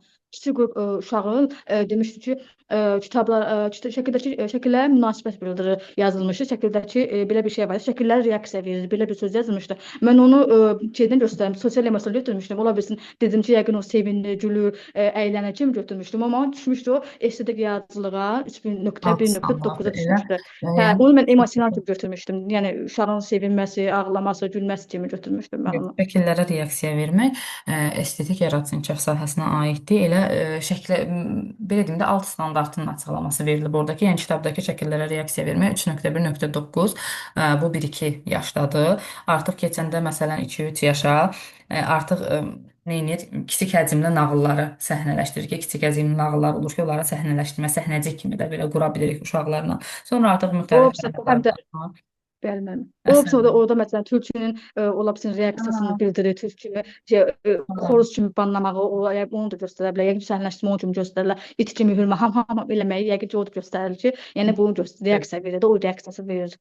Düzdür. Yəni təbii ki, 1-2 yaşda, 2-3 yaşda biz uşaqların necə nağıllar danışırıq da çox vaxt kiçik nağıllar olur belə. O çox vaxt sujet həddi olmayanda belə bir ardıcıllıqla olan nağıllar danışırıq və təbii ki, o nağıllarda səhnələşdirməyi yenə də 3.1.9-a aiddir. Deməli, bunların hər biri də aid oldu estetik yaradıcı inkişaf sahələrinə ki, həm rənglər, həm estetika. Ümumiyyətlə, baxın, növbəti dərslərimizdə keçəcək təsviri fəaliyyətin 4 istiqaməti var ki, rəsm, aplikasiya, yapma, quraşdırma, hər biri, bütün oradakı fəaliyyətlər yenə də estetik yaradıcı inkişaf sahəsinə aiddir. Ümumiyyətlə, belə özünüz üçün ümumiləşdirsəz, estetik yaradıcı inkişaf sahəsi deyəndə nələri nəzərdə tutduq? Müəllim, estetik inkişaf sahəsi deməli uşaqların bədii zövqünün formalaşdırılması, uşaqların rənglər dünyasına daxil olması, uşaqların ümumiyyətlə dizaynı öyrənməsi, gələcək həyat fəaliyyətində uşaqların quruculuğu öyrənməsi, dizayner olması, uşaqların rəngləri bilməsi, onların aplikasiya işində məsələn, aplikasiya işində məsələn, zövqünün formalaşdırılması, yapışdırmadır, qurmadır, yəni bunların öyrənməsidir, səhnələşdirmədir. Həm də onların ümumiyyətlə estetik yaradıcılıq həm də uşaqların əyləncəsinə də müsbət təsir göstərir. Ümumiyyətlə estetik yaradıcı inkişaf sahəsi digər inkişaf sahələri üçün mənim üçün əsas köməkçi vasitə kimi hesab edirəm. Çünki niyə görə? Məsələn, biz o estetik yaradıcılıq inkişaf sahəsinin vasitəsilə digər inkişaf sahəsini üzə çıxarda bilər. Məsələn, idraki cəhətdən uşaq quruculuq işi apararkən hesablamanı öyrənə bilir. Yəni qurmaq oynağı öyrənir və yaxud da Aha. ləngilər vasitəsilə, rəsmlər vasitəsilə öz sosial emosionalına təsir edir. Bizə onlar da emosiyasını bildirir, qorxusunu, təşvişini bildirir rəsm çəkməklə. Məsələn, heykəltaraşı öyrənir, riyaziyyat sənətdə öyrənməsini heykəltaraşlığı öyrənir və ya da nağılları səhnələşdirməklə riyaziyyatda aktyorluğu öyrənə bilər, rəssamlığı öyrənə bilər. Yəni ki, burada incəsənət sənəti daxildir sanki. Yəni bunlar həm də uşağın ruhunun dincəlməsi üçün mütləq vacibdir. Yəni bağça üçün mənim üçün estetik yaradıcı inkişaf sahəsi daha öndə bir fəaliyyətdir. Hı. Həm də eyni zamanda Başqa uşaqlarda kiçik motor bacarıqlarının inkişafı üçün, əl əzələlərinin inkişafı üçün elə fiziki biz məsələn cəhətdən inkişaf var. bağçada nə ilə uşaqların əl əzələlərini inkişaf etdiririk ki, gələcəkdə onlar yazı texnikasından düzgün şəkildə yiyələnsinlər deyə. Bəli, Yəni mənim kiçik motorikasını inkişaf. şəkillər çəkərək, rəngləyərək, yapma edərək, quraşdırma edərək və yaxud kəsib yapışdırma edərək qayçıdan istifadə etmək bunların hər biri nədir? Uşaqların kiçik motor bacarıqlarının inkişaf etdirməsi üçündür. Və yenə burada da estetik yaradıcının rolu əvəzsizdir. Yaxşı müəllimə, bu qədəri, bura qədər bir sualınız varmı? Xeyr, müəllimə, çox sağ olun. Siz sağ olun müəllimə. Fəridə müəllimə, sizlə davam edəyim. Salam müəllimə. Salam müəllimə, axşamınız xeyir olsun. Axşamınız xeyir. Fəridə müəllimə, bizim danışdıq 3 məzmun xəttimizdən 4-cü məzmun xəttimiz hansıdır? 4-cü məzmun xəttimiz sosial emosional inkişaf. Sosial emosional inkişaf sahəsi. Hı -hı. Bəs əsas standartları hansılardır? Əsas standartları 4.1 ünsiyyət bacarıqlarını nümayiş etdirir. 4.2 sosial həyatla bağlı bilik bacarığı vərdişlərini özünə məxsus tərzdə nümayiş etdirir. 4.3 isə hörmət və dözüm nümayiş etdirir. Hörmət, dözüm, Tolerantlıq bəli, nümayiş etdirir. Bu isə oldu bizim sosial emosional inkişaf sahəmiz. Deməli, sosial emosional inkişaf sahəsinin 4.1 birinci əsas standartı ünsiyyət bacarıqları nümayiş etdirir. Ünsiyyət bacarıqları nümayiş etdirir deyəndə burada nələr var? Yəni uşağın ünsiyyətə girməyi, ünsiyyət bacarığı, əməkdaşlıq etməyi nəzərdə tutulur da. Yoldaşlarının emosiyalarına göstərdiyi münasibət. Məsələn, yoldaşlarından biri üzülərsə, ona necə münasibət göstərdiyi göstərir. Deməli, burada əslində 4.1-ə aid olacaq, sırf ünsiyyətə aid olanlar. Məsələn, kiçik yaşlardan aid olacaq uşağın ünsiyyətə girməyə cəhd etməsi. Daha sonra artıq uşaq ilkin şəkildə, yəni ünsiyyət bacarıqları ki var, bunları sonra əməkdaşlıq etməyi. Məsələn, daha böyük yaş qruplarına gedərkən artıq əməkdaşlıq etməyi bacaracaqlar uşaqlar, əməkdaşlıq qurmaqda, elə bil ki, bir-birinə əməkdaşlıq edəndə ünsiyyətə girməkdə, hansı ki deyirik biz yaşa qədər çox vaxt uşaqlarda əməkdaşlıq olmur. Əməkdaşlıq uşaqlarda formalaşır. 3 yaşdan sonra artıq 4 yaşda əməkdaşlıq formalaşmış olur uşaqlarda. Və digər də artıq məktəb hazırlıq qruplarında da olacaq ki, uşaqlar artıq burada nə edəcəklər? Ünsiyyət zamanı onlar arasında emosional bağlılıq olacaq, inam nümayiş etdirəcəklər. Bunların da hər biri aid olacaq 4.1 ünsiyyət bacarıqları nümayiş etdirir. Böyüklərlə ünsiyyət quracaqlar, özlərinin və digərlərinin emosional vəziyyətinə reaksiya göstərəcəklər, birgə fəaliyyət quracaqlar, birgə fəaliyyəti planlaşdıracaqlar. Böyüklərin mimikasına, jestlərinə münasibət göstərmək hər biri, bax bu cür situasiyalar ki görəcəyik, hər birini göstərir sosial emosional inkişaf sahəsinə. Ona görə belə deyim, əsas standartları öyrənirik, əzbərləyirik. Alt standartları biraz çətinlik çəkir müəllimələr, amma çətinlik çəksələr belə hər zaman baxın, öyrənmək vacib deyil, əzbərləmək vacib deyil. Sadəcə olaraq mahiyyətini başa düşün. Yəni orada çünki alt standartlarda bizə açıq-aydın göstərib ki, artıq bu inkişaf sahəsində nələr var və biz nələri öyrənirik. Ona görə də ən azından hər dəfəsində bir hissəsini oxuyun, özünüz üçün mahiyyətini dərk eləyin, əzbər bilməyiniz vacib deyil. Deməli, sosial emosional inkişaf sahəsində oldu, əməkdaşlıq. Deməli, burada sosial emosional 2 hissədən ibarətdir, görürsünüz. Bir sosialdır, uşağın sosial münasibəti, bir də emosional, uşağın hissləri, emosiyası aiddir sosial emosional inkişaf sahəsinə. Fəridə müəllimə, uşağın əmək fəaliyyətini yerinə yetirməsi hansı inkişaf sahəsidir? Əmək fəaliyyəti estetik yaradıcı. Deməli, burada amma 3.2 düzdür, 3.2 əmək bacarıqları nümayiş etdirir, amma əmək fəaliyyəti deyəndə hansı əmək növləri aid idi? Estetik yaradıcı. Bədii yaradıcı, sadə bədii yaradıcılıq bacarıqları nümayiş etdirir. Əməyin hansı növləri estetik yaradıcı inkişaf sahəsinə aid idi? əl əməyidir. Aha, Bir də özünə xidmət deyil. əməyi yox, fiziki inkişafa aiddir o. Əl əməyidir, bir də təbiətdə əmək. Bir də məişət. Məişət əmək, təsərrüfat əməyi. Bir də məişət, təsərrüfat əməyi. Uşaqların yoldaşlarına qarşı mehriban davranması. Hansı inkişaf Sosial sahəsi? emosional. Sosial, emosional. Uşağın problemin həllində iştirak etməsi. Problemin həllində. Bu da sosial emosionaldır. Problemin həllində iştirak Bəli, etməsi, yəni müxtəlif situasiyalarda dözümlülük göstərməsi. Bunlar bəli, hamısı, tolerant bunlar hamısı aiddir sosial, sosial emosional emosional. inkişaf sahəsinə. Uşağın böyüklərin köməyi ilə musiqi alətlərini fərqləndirməsi. Estetik yaradıcı.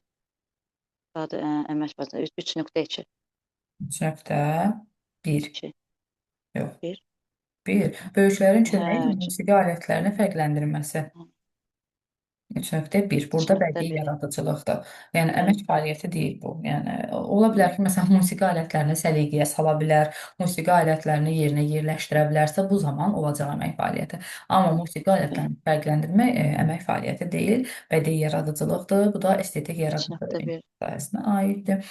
Uşağın gülləri sulaması.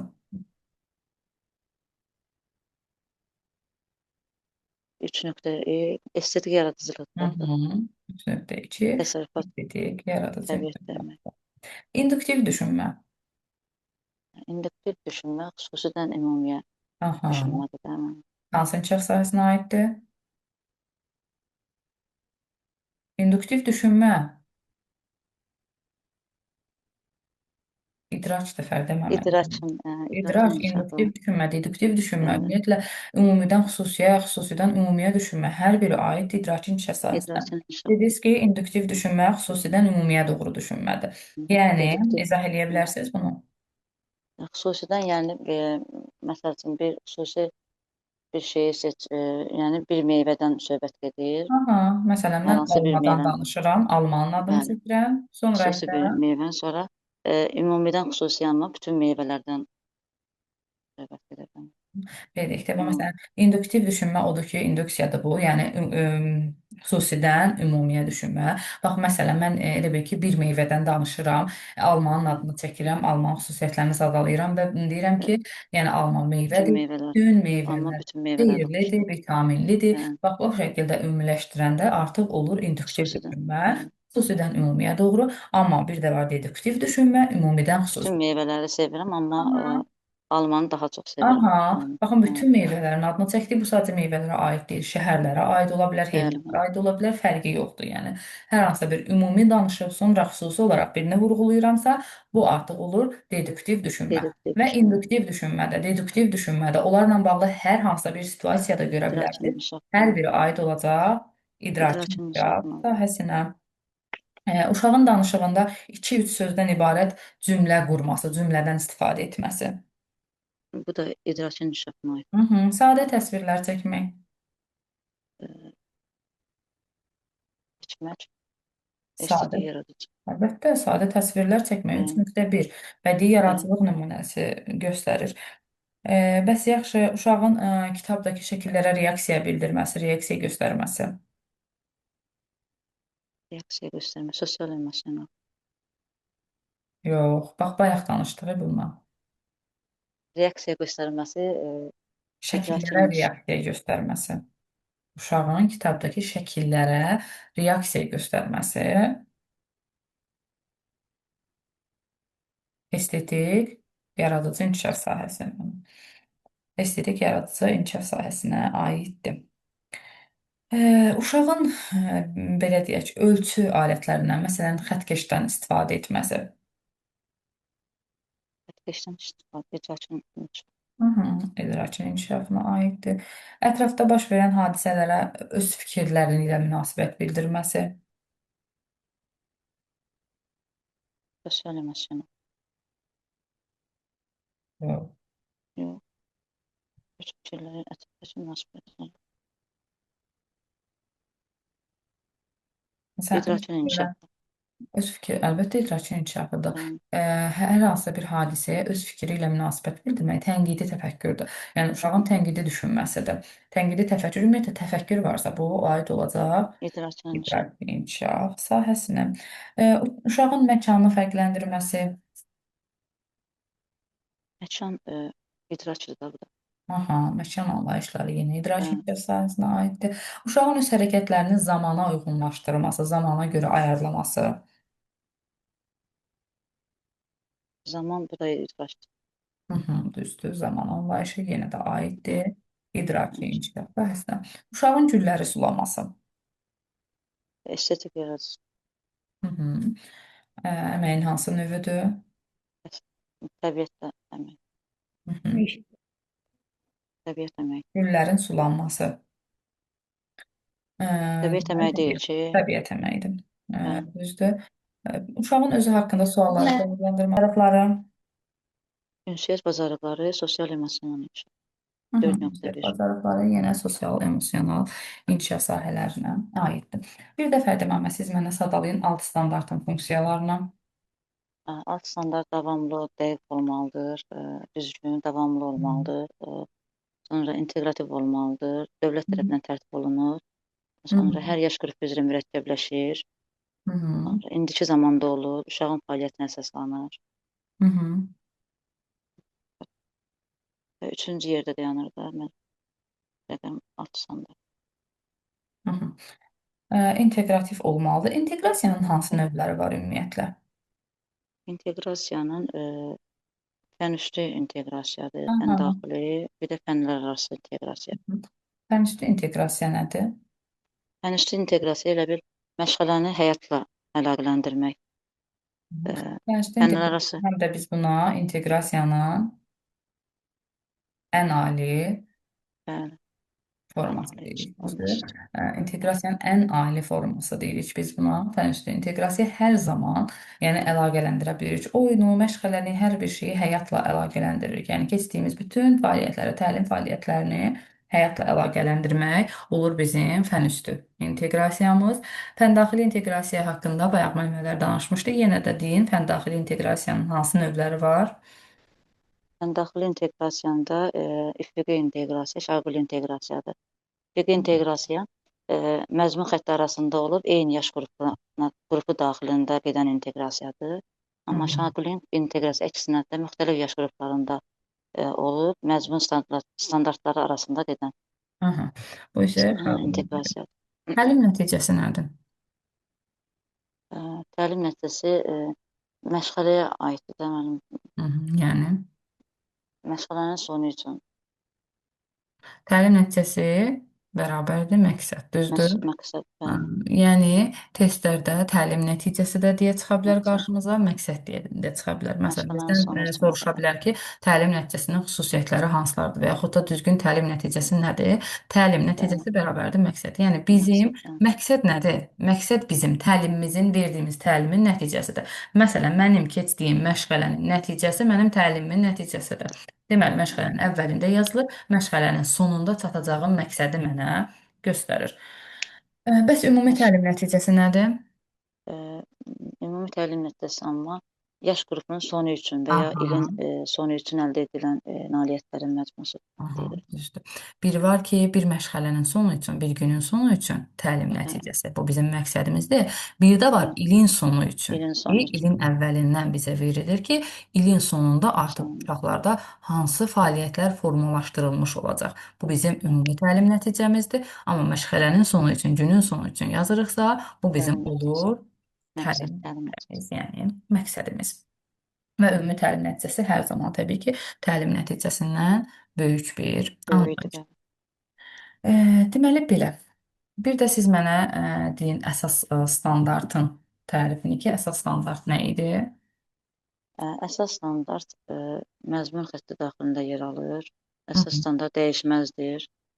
O zaman dəyişər ki, bir standartın tələb etdiyi bacarıq artıq uşaqda formalaşmış olur Hı -hı. və daha mürəkkəb bir bacarıq tələb olunur da. Əsasən dəyişməzdir. Birinci yerdə durur. Aha. İkinci yerdə duran olacaq əsas standart.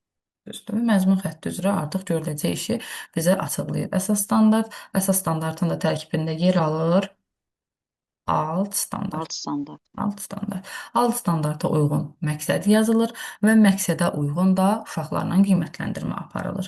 Ki, məsələn, biz məqsəddə hansı sözləri görsək, bunu düzgün məqsəd kimi götürməyəcəyik, qismən yerinə yetirir, az yerinə Bəli. yetirir və yaxud da yerinə yetirə bilir. Bilir. Hə. Aha, bax məsələn ola bilər ki, uşaq 5 dairəsində hesablama fəaliyyətlərini qismən yerinə yetirir. Əməliyyatlarını qismən yerinə yetirir. Görürsüz, burada nə var? Artıq qiymətləndirmə meyarı var. Qiymətləndirmə meyarı varsa, burada görəcəksiniz ki, hər hansısa bir meyar varsa, bu məqsəd deyil, artıq bu qiymətləndirmədir. Çünki məsələn biz bayaq da dedik, məqsədi elə yazmalıyıq ki, ona uyğun qiymətləndirmə apara bilək. Artıq biz məqsədi yazırıq və məqsədə uyğun da qiymətləndirməmizi aparırıq və orada bir meyar olsa, bu məqsəd olmayacaq, qiymətləndirmə olacaq. Yaxşı müəllimə, bura qədər bir sualınız varmı? Yox. Hı hı. Siz sağ olun. Başqa sual-cavabda iştirak eləmək istəyən müəllimə var? Əl işarələrini görmürəm. Hı hı. İstəyirsinizsə, sual-cavabda iştirak eləməyən müəllimələrlə ilk öncə testlərə başlayaq. Test ən azından oxuyaq, müzakirə eləyək ilk dərslər üçün. Razısınızsa əl işarəsini qaldırın. Hansı müəllimələr iştirak eləyir, mənim dəqiq yadımda qalmadı. Əl işarəsini qaldırın, testlərdə iştirak eləyək.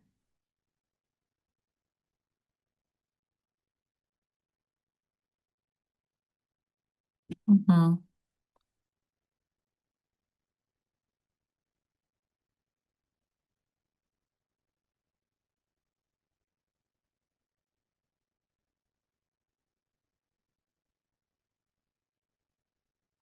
Bizim testlərimiz olacaq inkişaf sahələri, düzdür?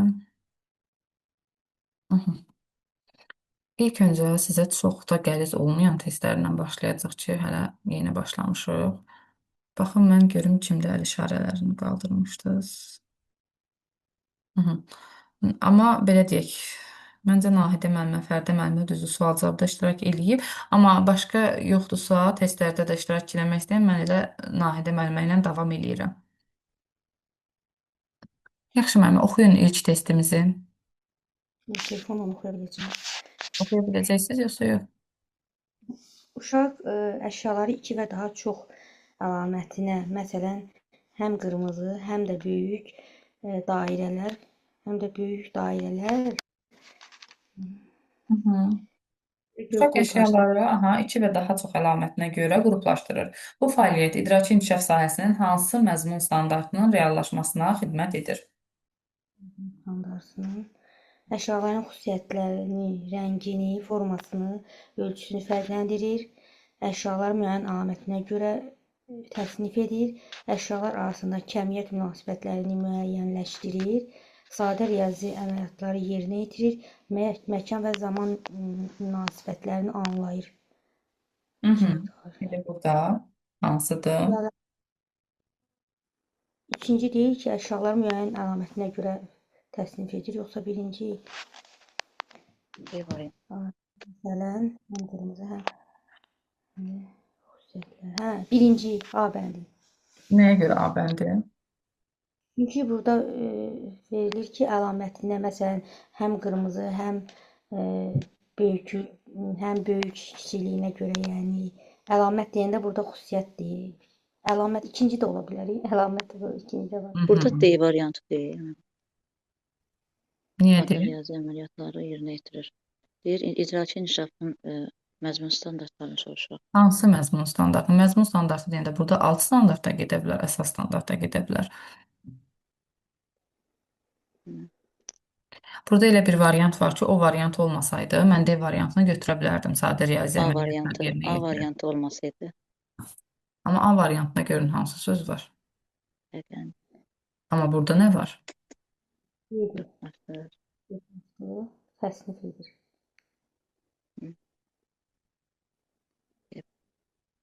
Hı hı.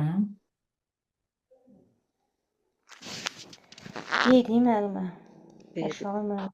Aha, düzgün cavab hansıdır? B variantıdır ki, təsnif etmək nə deməkdir? Təsnif etmək qruplaşdırmaqdır, sistemləşdirməkdir, düzdür, müəllimələr. Ona görə də burada da müəyyən əlamətlərinə görə təsnif etmək, qruplaşdırmaq var deyə, təsnif etmək var deyə düzgün cavab B variantıdır. A variantı düzgün cavab kimi görünür, amma burada fərqləndiririk yox, bizdən nəyi soruşur? Qruplaşdırmağı soruşur. Ona görə A variantından götürmürük. Düzdür? C variantı ümumiyyətlə aid ola bilməz. Burada cəmiyyət münasibətlərini müəyyənləşdirməkdir. Y variantı məkan və zaman münasibətləridir ki, testin situasiyasında belə bir şey yoxdur. Deməli, düzgün cavab B variantıdır ki, burada təsnif etmək var. Təsnif etmək, sistemləşdirmək, qruplaşdırmaq, düzdür. Buna görə də götürürük. B B variantı. variantı. D variantını götürə bilərdik o zaman ki, B variantı olmazdı. Xüsusi olaraq birini vurğulamasaydı, ümumi olaraq D variantını Onda götürürük. birinci müəllimə alt standarta baxmalıyıq da. Aha, birinci Səhv baxmalıyıq. Baxın, çünki burada bizə xüsusi olaraq bu situasiyanı açıqlayan bir variant varsa, xüsusi olaraq, ümumi olaraq götürmürük. Çünki sadə riyazi əməliyyatların içində çox şey gedir. Burada zaman anlayışı da gedir, məkan anlayışı da gedir, hesablama da gedir, qruplaşdırma da, fərqləndirmə də, hər bir şey görürsünüz, sadə riyazi əməliyyatları yerinə yetirirən içində gedir. Amma situasiyanı tam şəkildə görürsünüz, bizə izah edən bir variant var. Ona görə Burada var götürürük. da, sən söz də var orada, əlamət. İkini oxuyaq müəllimə. Mən oxuyum müəllimə. Hə, Nahidə müəllimə, sizlə davam edirik elə ki.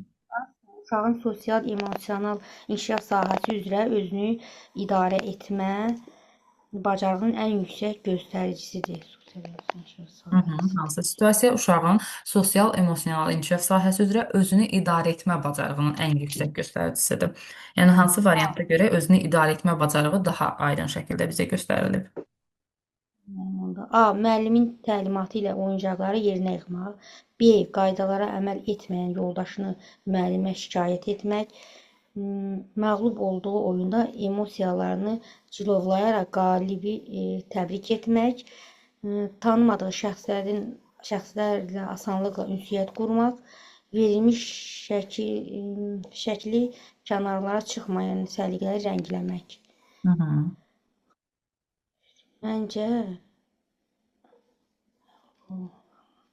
Məncə C bəndi olar. Məğlub olduğu oyunda emosiyalarını cilovlayaraq qalibi təbrik etmək.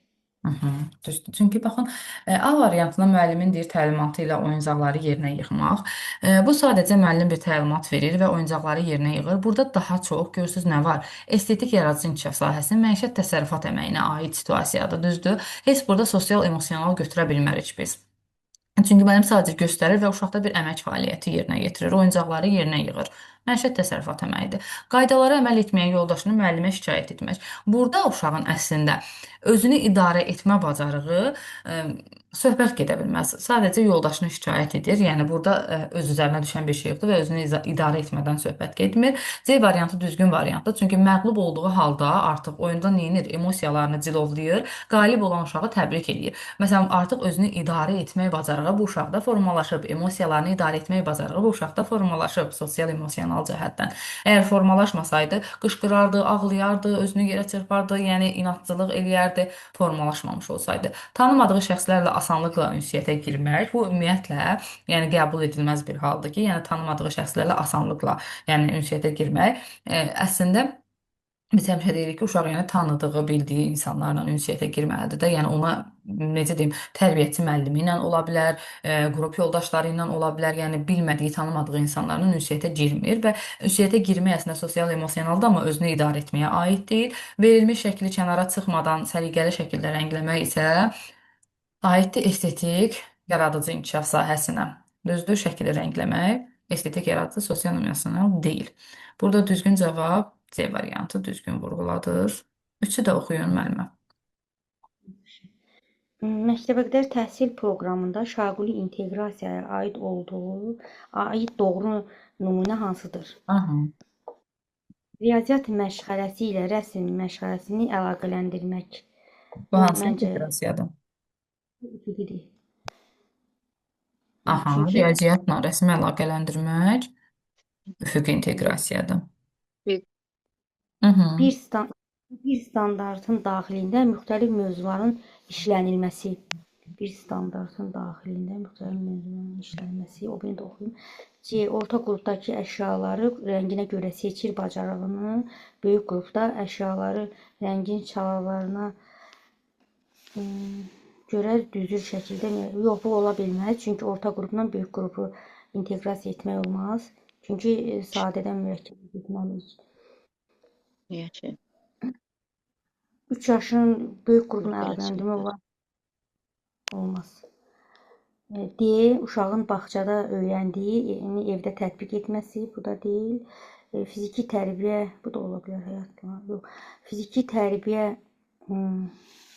dəqiqələrində Musiqidən istifadə. istifadə olunması. Burada bizdən şaqulini soruşur da. Hı hı. Burada mən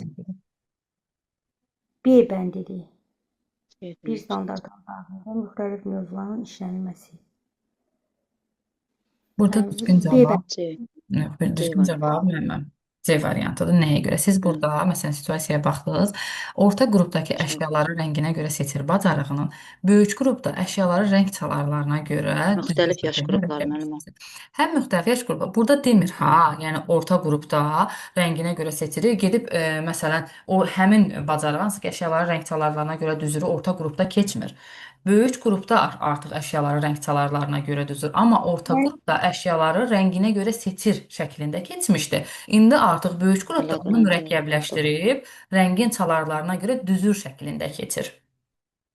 Ay, mən çaşdım ani olar. Elə Aha, bilirəm. bildim. Yəni siz elə düşündünüz ki, orta qrupdakı bir şeyi böyük qrupla əlaqələndirir. Xeyr, sadəcə böyük qrupda artıq müəllim orta qrupda keçdiyini biraz daha mürəkkəb şəkildə keçir. Aha, ona görə düzgün cavab C variantı. Çaşdım. Qrupda işləyirəm deyə çaşdım, elə bilim böyük qrupa. Aha, bildim mən. Ona görə elə bildim ki, orada nəsə yanlışlıq oldu, yanlış anlaşılma. Tüzay müəllimə, 4-cü testi siz oxuyun.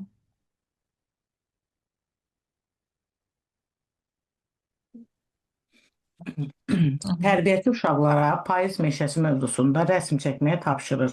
Uşaq rənglərdən istifadə edərək ağacları təsvir edir. Eyni zamanda ağacların sayını və hansının daha hündür olduğunu deyir. Burada hansı inkişaf sahələri arasında inteqrasiya üfüqi baş verir?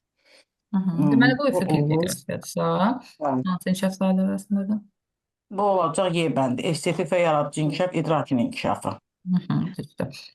Uşaqlar payız meşəsi mövzusunda Rəsm rəsm çəkirlər və artıq uşaq rənglərdən təsvir Ağacların edir. sayını və hansının daha hündür olduğunu deyir. Bu da idrakin inkişafı. Aha, deməli, düzgün cavab Y variantı. 5-ə baxaq. Uşaq sadə əmək vərdişlərinə yiyələnir, kollektiv əməkdə iştirak edir və əmək prosesində yaşıdları ilə əməkdaşlıq edir. Bu fəaliyyət hansı inkişaf sahəsinin tərkib hissəsidir? Uşaq sadə əmək vərdişlərinə yiyələnir, kollektiv əməkdə iştirak edir, prosesində yaşıdları ilə əməkdaşlıq edir. Bu fəaliyyət hansı inkişaf tərkib hissəsidir? İdrakin, dil və inkişafı. Sosial-emosional D variantı. Estetik yaradıcı deyək. Uşaq sadə əmək vərdişlərinə yiyələnir, kollektiv əməkdə iştirak edir və əmək prosesində yaşıdları ilə əməkdaşlıq edir. Bu fəaliyyət hansı inkişaf sahəsinin tərkib hissəsidir? Əməkdaşlıq edir və əmək prosesini Kollektiv əməkdə iştirak etmək. kollektiv əməkdə iştirak etməyi,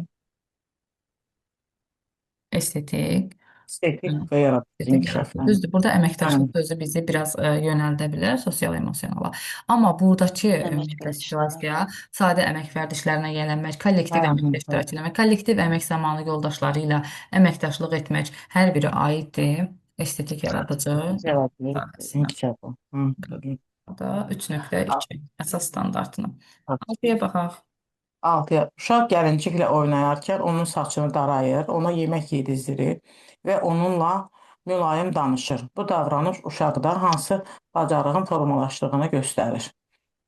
Olsun düzgünlüyün uşağın təyinatına görə istifadəsini, empati və qarşı hissini imaşini dair. Məncə C variantı, empati və qarşı hissinin nümayişini. Düzdür. Keyin uşaq artıq neyinir? Empatiya qurur da gəlinciklə elə bilir ki, acıb onu yedizdirir. İndi inşallah nəzəriyyələri keçəndə daha aydın olacaq da bu hərəkətlər nədir, nəyə görə belə edir uşaq. 7-yə də baxaq. Məktəbəqədər təhsilin məzmun standartları ilə bağlı verilən fikirlərdən hansı səhvdir? Təhsilin məzmun standartları ilə standartlı uşağın inkişaf səviyyəsinə qoyulan dövlət tələbidir, düzdür. Məktəb məzmun xətti dəyişməzdir, düzdür. Standartlar aşağı və üfüqəni təmin edir, düzdür. Standartlar yalnız uşağın bilik səviyyəsinə üçün nəzərdə tutulur. Standartlar reallaşırsa uşağın məktəb təlimini hazırlayan təmin edir. Y variantı səhv variantdır. 7-ci sual. Nəyə görə Y variantı səhvdir? Çünki standart uşağın məktəbə təliminə hazırlığını təmin etmir axı. Niyə? Yoxsa edir. Edir əlbəttə. Məktəbə qədər təhsil Bu ümumiyyətlə deyil, uşaqları deyil, məktəbə deyil. hazırlamaq üçün bir təhsil pilləsidir. Ki və Hə, bizə hə. verilən standartlarda elə əksinə uşaqları məktəbə hazırlayır. Hə, məktəbə hazırlayır. Standart uşaqların inkişaf səviyyəsinə qoyulan dövlət.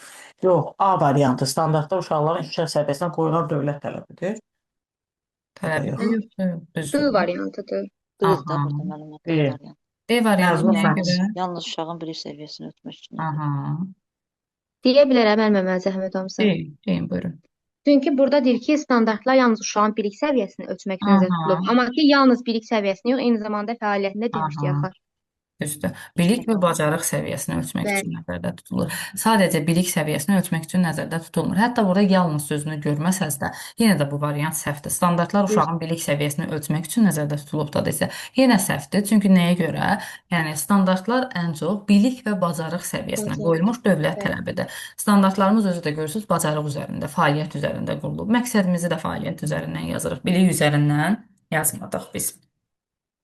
Mhm. Ha, bildim. Aha, 8-i də oxuyun, sonra digər müəlliməyə keçək. Uşaq həmyaşıdları ilə oynayarkən oyuncağı paylaşmaq istəmir və ağlayır. Tərbiyəçi ona sən oyuncağı dostunla paylaşsan, o çox sevinər və siz birlikdə daha maraqlı oyun qura bilərsiniz deyir. Uşaq bir qədər düşündükdən sonra oyuncağı dostuna verir. Burada hansı inkişaf sahəsinin hansı istiqaməti reallaşır? Cəhətlərin qurulması, sosial emosional məsələləri idarə etmə və başqasının hisslərini anlama, efşan rəbtlərin etkiləşəcək. Məncə B variantı. Hansı variant? B variantı. Aha. Sosial emosional öz emosiyalarını idarə etmə və başqasının hisslərini anlama. Düzdür. Bu sosial emosional inkişaf sahəsinə aiddir və tərbiyəçi burada yəni uşağa öz emosiyalarını idarə etməyi, eyni zamanda empatiya qurmağı, başqalarının hisslərini anlamağı öyrədir. Yaxşı Məmməd, çox sağ olun. Sağ olun. Rəfiqə Məmməd, sizlə davam edək. Rəfiqə yazılıb adınız, düzdür? Aha. Bəli. Sizlə davam edək. 9-cu sual. Standartın şaquli inteqrasiyası dedikdə nə nəzərdə tutulur? Aha. Bu məzmun standartlarının yaş qrupları üzrə sadədən mürəkkəbə doğru varisliyinin təmin olunması. Məncə də Baxaq. budur. Baxaq. Digər Digər tərbiyəçi ilə uşaq arasındakı ünsiyyət forması, Y variantı dövlət standartlarının ailə tərbiyəsi ilə uzlaşdırılması. D variantı deyil, ünsiyyət forması, yəni bu inteqrasiyaya aid deyil. Dövlət standartlarının ailə tərbiyəsi ilə uzlaşdırılması əlaqələndirilmə kimi görünsə də, yəni şaquli inteqrasiyaya aid deyil. C variantında nəyə görə şaquli inteqrasiyadır? Siz verə bilərsiniz izahını? Məzmun standartlarının yaş qrupları üzrə sadədən mürəkkəbə doğru Mən bir dənə varisliyinin təkrarlaya bilərsiniz? Nəyi müəllimə? Sözsüz dedinizə başa düşmədim. Məzmun standartlarının yaş qruplarına görə bir də saniyə zəng gəlir, ekran gedir. Məzmun standartlarının yaş qrupları üzrə sadədən mürəkkəbə doğru varisliyin təmin edilməsi nə deməkdir bu? Yəni hansı ki biz məzmun standartlarına görə keçirik də düzdür dərsimizi. Şaquli inteqrasiyada da nə edirdik? Özündən kiçik yaş qrupu ilə inteqrasiya edirdik. Elə bil ki, məsələn, mən 3-4 yaşda sadə şəkildə keçdiyim bir şeyi 4-5 yaşda artıq nə edirdim? Biraz daha mürəkkəbləşdirirdim, mürəkkəb formasına keçirdim, düzdür? Və o, məsələn, 4-5 yaşda mürəkkəb formada keçdiyim bir şeyi inteqrasiya edirdim nə ilə? 3-4 yaşda keçdiyimlə, hansı ki, sadə şəklini öyrətmişəm, düzdür, uşaqlara. Və artıq hal-hazırda onun biraz daha mürəkkəb formasını öyrədirəm və öyrətdiyim zaman da nə edirəm? İnteqrasiya edirəm sadə şəkildə keçdiyim forması ilə. Və bu da o deməkdir ki, mən o varisliyi təmin edirəm. Məzmun standartları arasındakı varislik də bilirsiniz nə deməkdir? Sadədən mürəkkəbə doğru əlaqənin qurulması, tamamlanması, varisliyin tamamlanması. Aydın oldu mu, yoxsa biraz da izahını verim? Yox, xeyr, Aydındır. aydındır. Aha, deməli bu Aydın. bu. Ki yəni şaquli inteqrasiyada da belə edirdik. Məsələn, mürəkkəbləşdirmişəmsə, artıq bu il, məsələn 4-5 yaş qrupunda mürəkkəbini keçirəmsə, onu daha sadəsi ilə inteqrasiya edirəm. Aha, 10-cu testi Oxuyun oxuyaq. bunu. Aha, Rəfiqə müəllimə siz oxuyursunuz, davam edin. Tərbiyəçi uşaqlara kağızdan gəmi düzəltməyi oriqami tapşırır. Uşaq kağızı müəyyən ardıcıllıqla qatlayır, eyni zamanda gəmisini hansı rəngə boyayacağını və onu hansı dənizdə üzdürəcəyini xəyal edir. Bu prosesdə hansı iki inkişaf sahəsi daha qabarıq şəkildə inteqrasiya olunur? A variantı fiziki inkişaf, kiçik motorika, estetik və yaradıcı inkişaf. Məncə elə budur müəllimə. Uşaq O birdən kağızdan gəmi düzəldir, düzdür, bu kağızı fiziki müəyyən inkişaf, kiçik ardıcıllığa motorika. qatlayır. Sonra da deyir ki, eyni zamanda gəmisini hansı rəngə boyayacağını və onu hansı dənizdə üzdürəcəyini xəyal edir. Bu da estetik və yaradıcı inkişaf düşünürəm. Uşağın oriqami düzəltməsi. Oriqami indi inşallah ki, bu təsviri fəaliyyəti keçəndə daha dəqiq biləcəyik bunu ki, bu elə bil ki, kağızsız, yapışqansız quraşdırmadır da, yəni quraşdırma fəaliyyəti kimidir ki, oriqami orta qrupda olur daha çox. Yəni bunu müəyyən ardıcıllıqla qatlayır, eyni zamanda gəmisini hansı rəngə boyayacağını və xəyal edirsə, bu estetik yaradıcı inkişaf sahəsinə aid götürürük biz bunu. Nəyə görə? Çünki təsviri fəaliyyətin bir bölməsidir. Təsviri fəaliyyətə aid bir fəaliyyətdir də, yəni təsvir fəaliyyətə aiddir deyə estetik yaradıcı inkişaf sahəsidir. Amma onu məsələn qatlaması, rəngləməsi 1-1-4-lə veririk ki, verə bilərik. Yəni kiçik motorla da əl hərəkətləri də inkişaf edir deyə, amma burada sadəcə A variantı düzgün deyirsiniz. A variantı da burada iri görə bilmirəm. Deməli, əslində düzgün vurğuladınız. Fiziki inkişaf, kiçik motorika və estetik yaradıcı inkişaf sahəsi. Düz deyirsiniz, A variantıdır. Nəyə görə? Deməli, oriqami estetik yaradıcıya aid oldu, təsvir fəaliyyətin bölməsi olduğuna görə, orada sadəcə uşağın qatlaması, hazırlaması da kiçik motorun inkişafına görə fiziki inkişafa Xəyal aid oldu. eləməsi də Aha. şeydəki, odakı Yenə də estetik xəyal etmək, fantaziya qurmaq yenə də aid oldu estetik yaradıcı inkişaf sahəsinə. yaradıcı inkişaf. Deməli, bir dənə mən şeyi bağlayım. İnanırsınız, zəng gəlir deyə mən ekran təmiz itirməndə yenidən qayıtmalı oluram. Aha, bağladım. İndi davam edək. Mən oxuyum müəllimə. Aha, davam edin. Məktəbəqədər təhsildə inteqrasiya ilə bağlı verilən fikirlərdən hansı səhvdir? A variantı üfüqi inteqrasiya eyni yaş qrupunda müxtəlif inkişaf sahələrini əlaqələndirir. Aha. Üfüqdə eyni idi, müxtəlif idi. Düz. Üfüqdə eyni yaş qrupu. Aha, eyni yaş qrupu, müxtəlif inkişaf sahələri. Şaquli inteqrasiya standartlarının yaş qrupları üzrə varisliyini təmin edir. Bu Bayaq diaqramda dedik var, bu bundan. düzdür. İnteqrasiya uşağın təfəkküründə dünyanın bütöv mənzərəsini formalaşdırır. İnteqrasiya yalnız məşğələnin giriş hissəsində tətbiq edilməlidir. Sahə daxili inteqrasiya eyni inkişaf sahəsinin daxilindəki standartlar arasındakı əlaqədir. Məncə burada inteqrasiya yalnız məşğələnin giriş hissəsində tətbiq edilməlidir. Bu səhvdir. Səhvdir. Əksinə, yəni inteqrasiya hər dərk etmədə də, tətbiq etmədə də məşğələ mərhələlərini keçəndə görəcəyik. Bir də elə burada da açar məqamlardan biri odur ki, heç vaxt testlərdə yalnız sözü yazılan variantları düzgün götürmürük biz. Yalnız sözü varsa o variantı elə başdan əliyin, yanlış variant kimi əliyin. Yəni ona görə bilin ki, yəni yalnız sözü varsa yanlışdır. Yanlışı axtarırıqsa o zaman götürürük. Yalnız. Baxanda hiss olunur ki, elə bil ki, səhvdir. Aha, düzdür. Yalnız sözü yazılan ümumiyyətlə demək olar ki, heç bir testin doğruluq payı yoxdur. O zaman doğru götürürük ki, onu orada bizdən səhv fikri soruşursa, yanlış fikri soruşursa, bax o zaman yalnız sözü yazılanı götürürük. Onun üçün də oxuyun, sonra başqa mənbəyə keçərik. Hansı fəaliyyət fiziki inkişaf sağlamlıq və təhlükəsizlik sahəsi üzrə təhlükəsizlik standartının reallaşdırılmasına xidmət edir? A variantı uşağın qrupda qaçarkən maneələri dəf etməsi. B variantı uşağın kəsici və deşici əşyalardan qayçı, bıçaq, böyüklərin nəzarəti olmadan istifadə etməməsi. C variantı uşağın dişlərini gündə 2 dəfə fırçalaması. D variantı uşağın topu hədəfə atması. Y variantı uşağın yeməkdən əvvəl əllərini yuması. Təhlükəsizlik məncə B variantıdır. Uşağın kəsici və deşici əşyalardan qayçı, bıçaq, böyüklərin nəzarəti olmadan istifadə etməməsi. Düzdür. Amma A variantı hansına aiddir? Uşağın qrupda Qrupda qaçarkən maneələri dəf etməsi. Bu fiziki inkişaf sağlamlıqdır. Fiziki hərəkətləri yerinə yetirir, düzdür? Birinci əsas standartına aiddir. Uşağın dişlərini gündə 2 dəfə fırçalaması. Gigiyena qaydalarıdır. Uşağın topu hədəfə atması. fiziki hərəkətləri yerinə yetirir. Düzdür? Uşağın yeməkdən əvvəl əllərini yuması yenə də Geyinə, gigiyenaya aiddir. Deməli bizdən məsələn ola bilər ki, burada təhlükəsizlik yox, gigiyenanı soruşsaydı, desəydi ki, aşağıdakılardan hansı gigiyena standartının reallaşdırılmasına xidmət edir? Onda C-də, məsələn Y-də, dişlərini B, yuması C. ola bilər, bir də uşağın Uşağın yemək. yeməkdən əvvəl əllərini yuması. Aha. Amma fiziki hərəkətləri soruşsaydı ola bilərdi ki, uşağın qrupda qaçarkən maneələri dəf etməsi, bir də çox topu Topa dəf etməsi. hədəfə atması. Sadəcə bizdən təhlükəsizlik bölməsini soruşduğuna görə düzgün cavab B B variantı. variantıdır. Yaxşı müəllimə, çox sağ olun. Başqa hansı Siz müəllimə təqdim edin. iştirak eləmək istəyir sual-cavabda? Künzali müəllimə məncə iştirak elədi. Rəfiqə müəllimə, xeyir, Fərdə müəllimə siz oxumusunuz? xeyir mənim. Aha, yaxşı, sizdən Oxuyuram. devam edək. 13-ü oxuyuruq. İnkişaf sahələri məzmun xəttləri ilə bağlı hansı fikir doğru deyil? Hı hı. A variantı məzmun xətti ana xəttə dəyişməzdir, bu düzdür. Hı hı.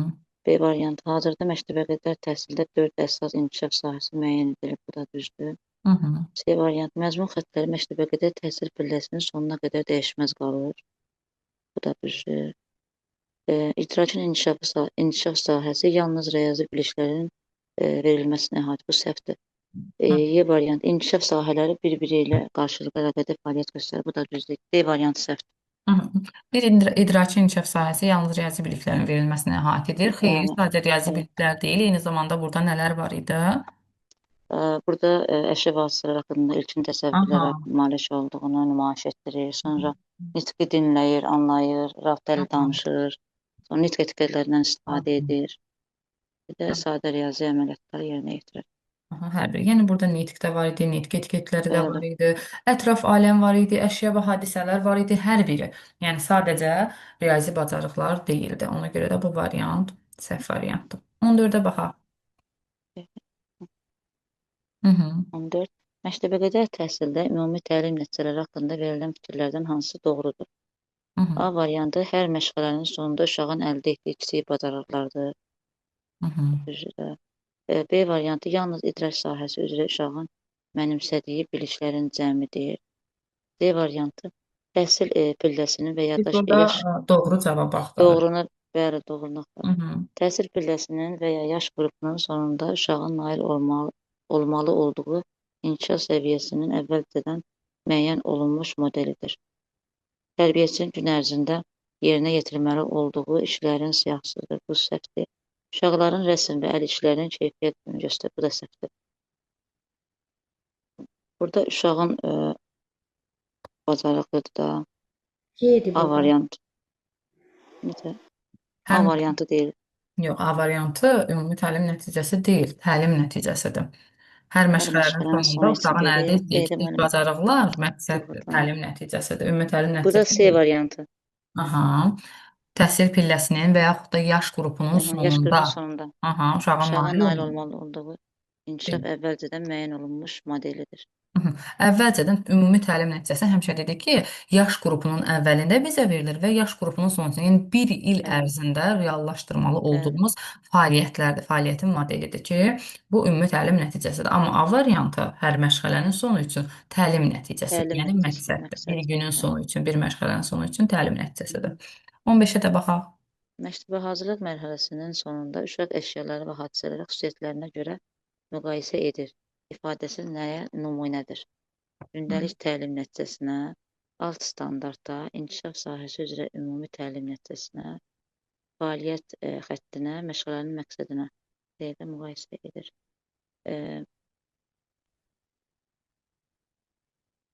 Çox fikirləşmirəm. Məsələn, baxın bax testin əvvəlinə, situasiyaya baxın. Məşğələnin sonu üçün deyirsə, təlim nəticəsində. Məktəbə hazırlıq mərhələsinin sonunda uşaq əşyaları və hadisələri xüsusiyyətlərinə görə müqayisə edir. C variantı. A İfadəsi variantıdır müəllim. yox. C variantı. C variantıdır. Ümumi təlim nəticəsidir müəllimələr bu. Bəli, bəli. Deyir ki, baxın burada nə deyir bizə? Məktəbə hazırlıq Məktəbə mərhələsinin hazırlıq mərhələsinin sonunda. sonu. Bəli. Artıq elə bil Düzdür. ki, məktəbə hazırlıq qrupunun sonunda uşaq əşya və hadisə Bəli. xüsusiyyətlərinə görə müqayisə edir. Bu təlim nəticəsi deyil, bu ümumi təlim Ümumi nəticəsidir. təlim Desəydi ki, Dərsin sonunda məşğələnin olsaydı, sonunda. məşğələnin sonunda. Hə. Aha, məşğələnin sonunda olsaydı Olardı. bu təlim nəticəsi olacaqdı ki, hə, məşğələnin sonu üçün məqsəd yazardım ki, mən əşyaları xüsusiyyətlərinə görə müqayisə edir və yaxud da hadisələri xüsusiyyətlərinə görə müqayisə edir. Bu arada əşya və hadisələri xüsusiyyətlərinə görə müqayisə edir yazsam, düzgün məqsəd olmaz. Çünki spesifik olmaz, xüsusi olmaz. Və ona görə də xüsusi yazmaq üçün nə edəcəm? Əşyaları xüsusiyyətlərinə görə müqayisə edir, hadisələri xüsusiyyətlərinə görə müqayisə edir. Baxın, ayrı-ayrı yazacağam. O zaman təlim nəticəsi olacaq. Amma burada məktəbə hazırlıq mərhələsinin sonunda deyirsə, təbii ki, bu olacaq ümumi təlim nəticəsi. 16-nı da oxuyaq. Məşğələ üçün müəyyən olunan təlim nəticəsi, yəni məqsəd ilə bağlı hansı fikir Aha. səhvdir? Məqsəd məzmun standartlarına çıxarılmalıdır. Səhv. Məqsəd aydın, ölçülə bilən, real olmalı. Bu düzdür. Bir məşğələ üçün 5-dən çox məqsəd müəyyən etmək daha effektivdir. Məqsəd uşağın fəaliyyətini deyil, əldə edəcəyi bacarığı ifadə etməlidir. Budadır. Təlim nəticəsi izah edir, adlandırır, nümayiş etdirir kimi fellərlə bitməlidir. Burada səhvi soruşur. Hı -hı. Burada deyir, bir məşğələ üçün 5-dən çox məqsəd müəyyən etmək daha effektivdir. Əslində məqsədin sayı nə qədər olmalıdır? 3 ya da 4 Aha, məqsəd 4. olmalıdır. Maksimum 4. 4-dən artıq Bəli. məqsəd yazmırıq. Olmaz. 3, C variantı maksimum 4 səhvdir. yaza bilərik. C variantı səhvdir. A variantı səhv deyil. Nəyə görə? Məqsəd bir Düzdür. məzmun standartından çıxarılmalıdır. Məzmun standartı deyəndə bayaq da demişdik, həm əsas standart, həm alt standart nəzərdə tutulur. Ona görə də burada ola bilər ki, elə məzmun standartı deyəndə alt standart nəzərdə tutulsun. A variantını səhv götürmürük. C variantı da açıq-aşkar səhvdir ki, bir məşğələ üçün 5-dən çox məqsəd müəyyən etmək effektivdir. Xeyr, əksinə, yəni Üç ya da 4-dən dörd. artıq məqsəd olmamalıdır. Yaxşı müəllimə, çox sağ olun. Deməli, başqa Sağ olun. iştirak etməyən və etmək istəyən varmı? Başqa qalan müəllimələrdən məncə yoxdur əl işarələri. Tünzar müəllimə də iştirak eləyib səhv eləmirəmsə.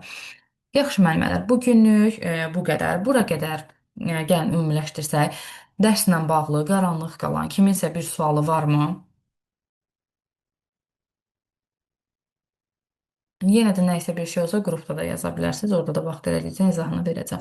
Deməli müəllimələr, bu günlük dərsimiz bu qədər. İnşallah ki, növbəti dərsimiz olacaq bizim 6-cı gün.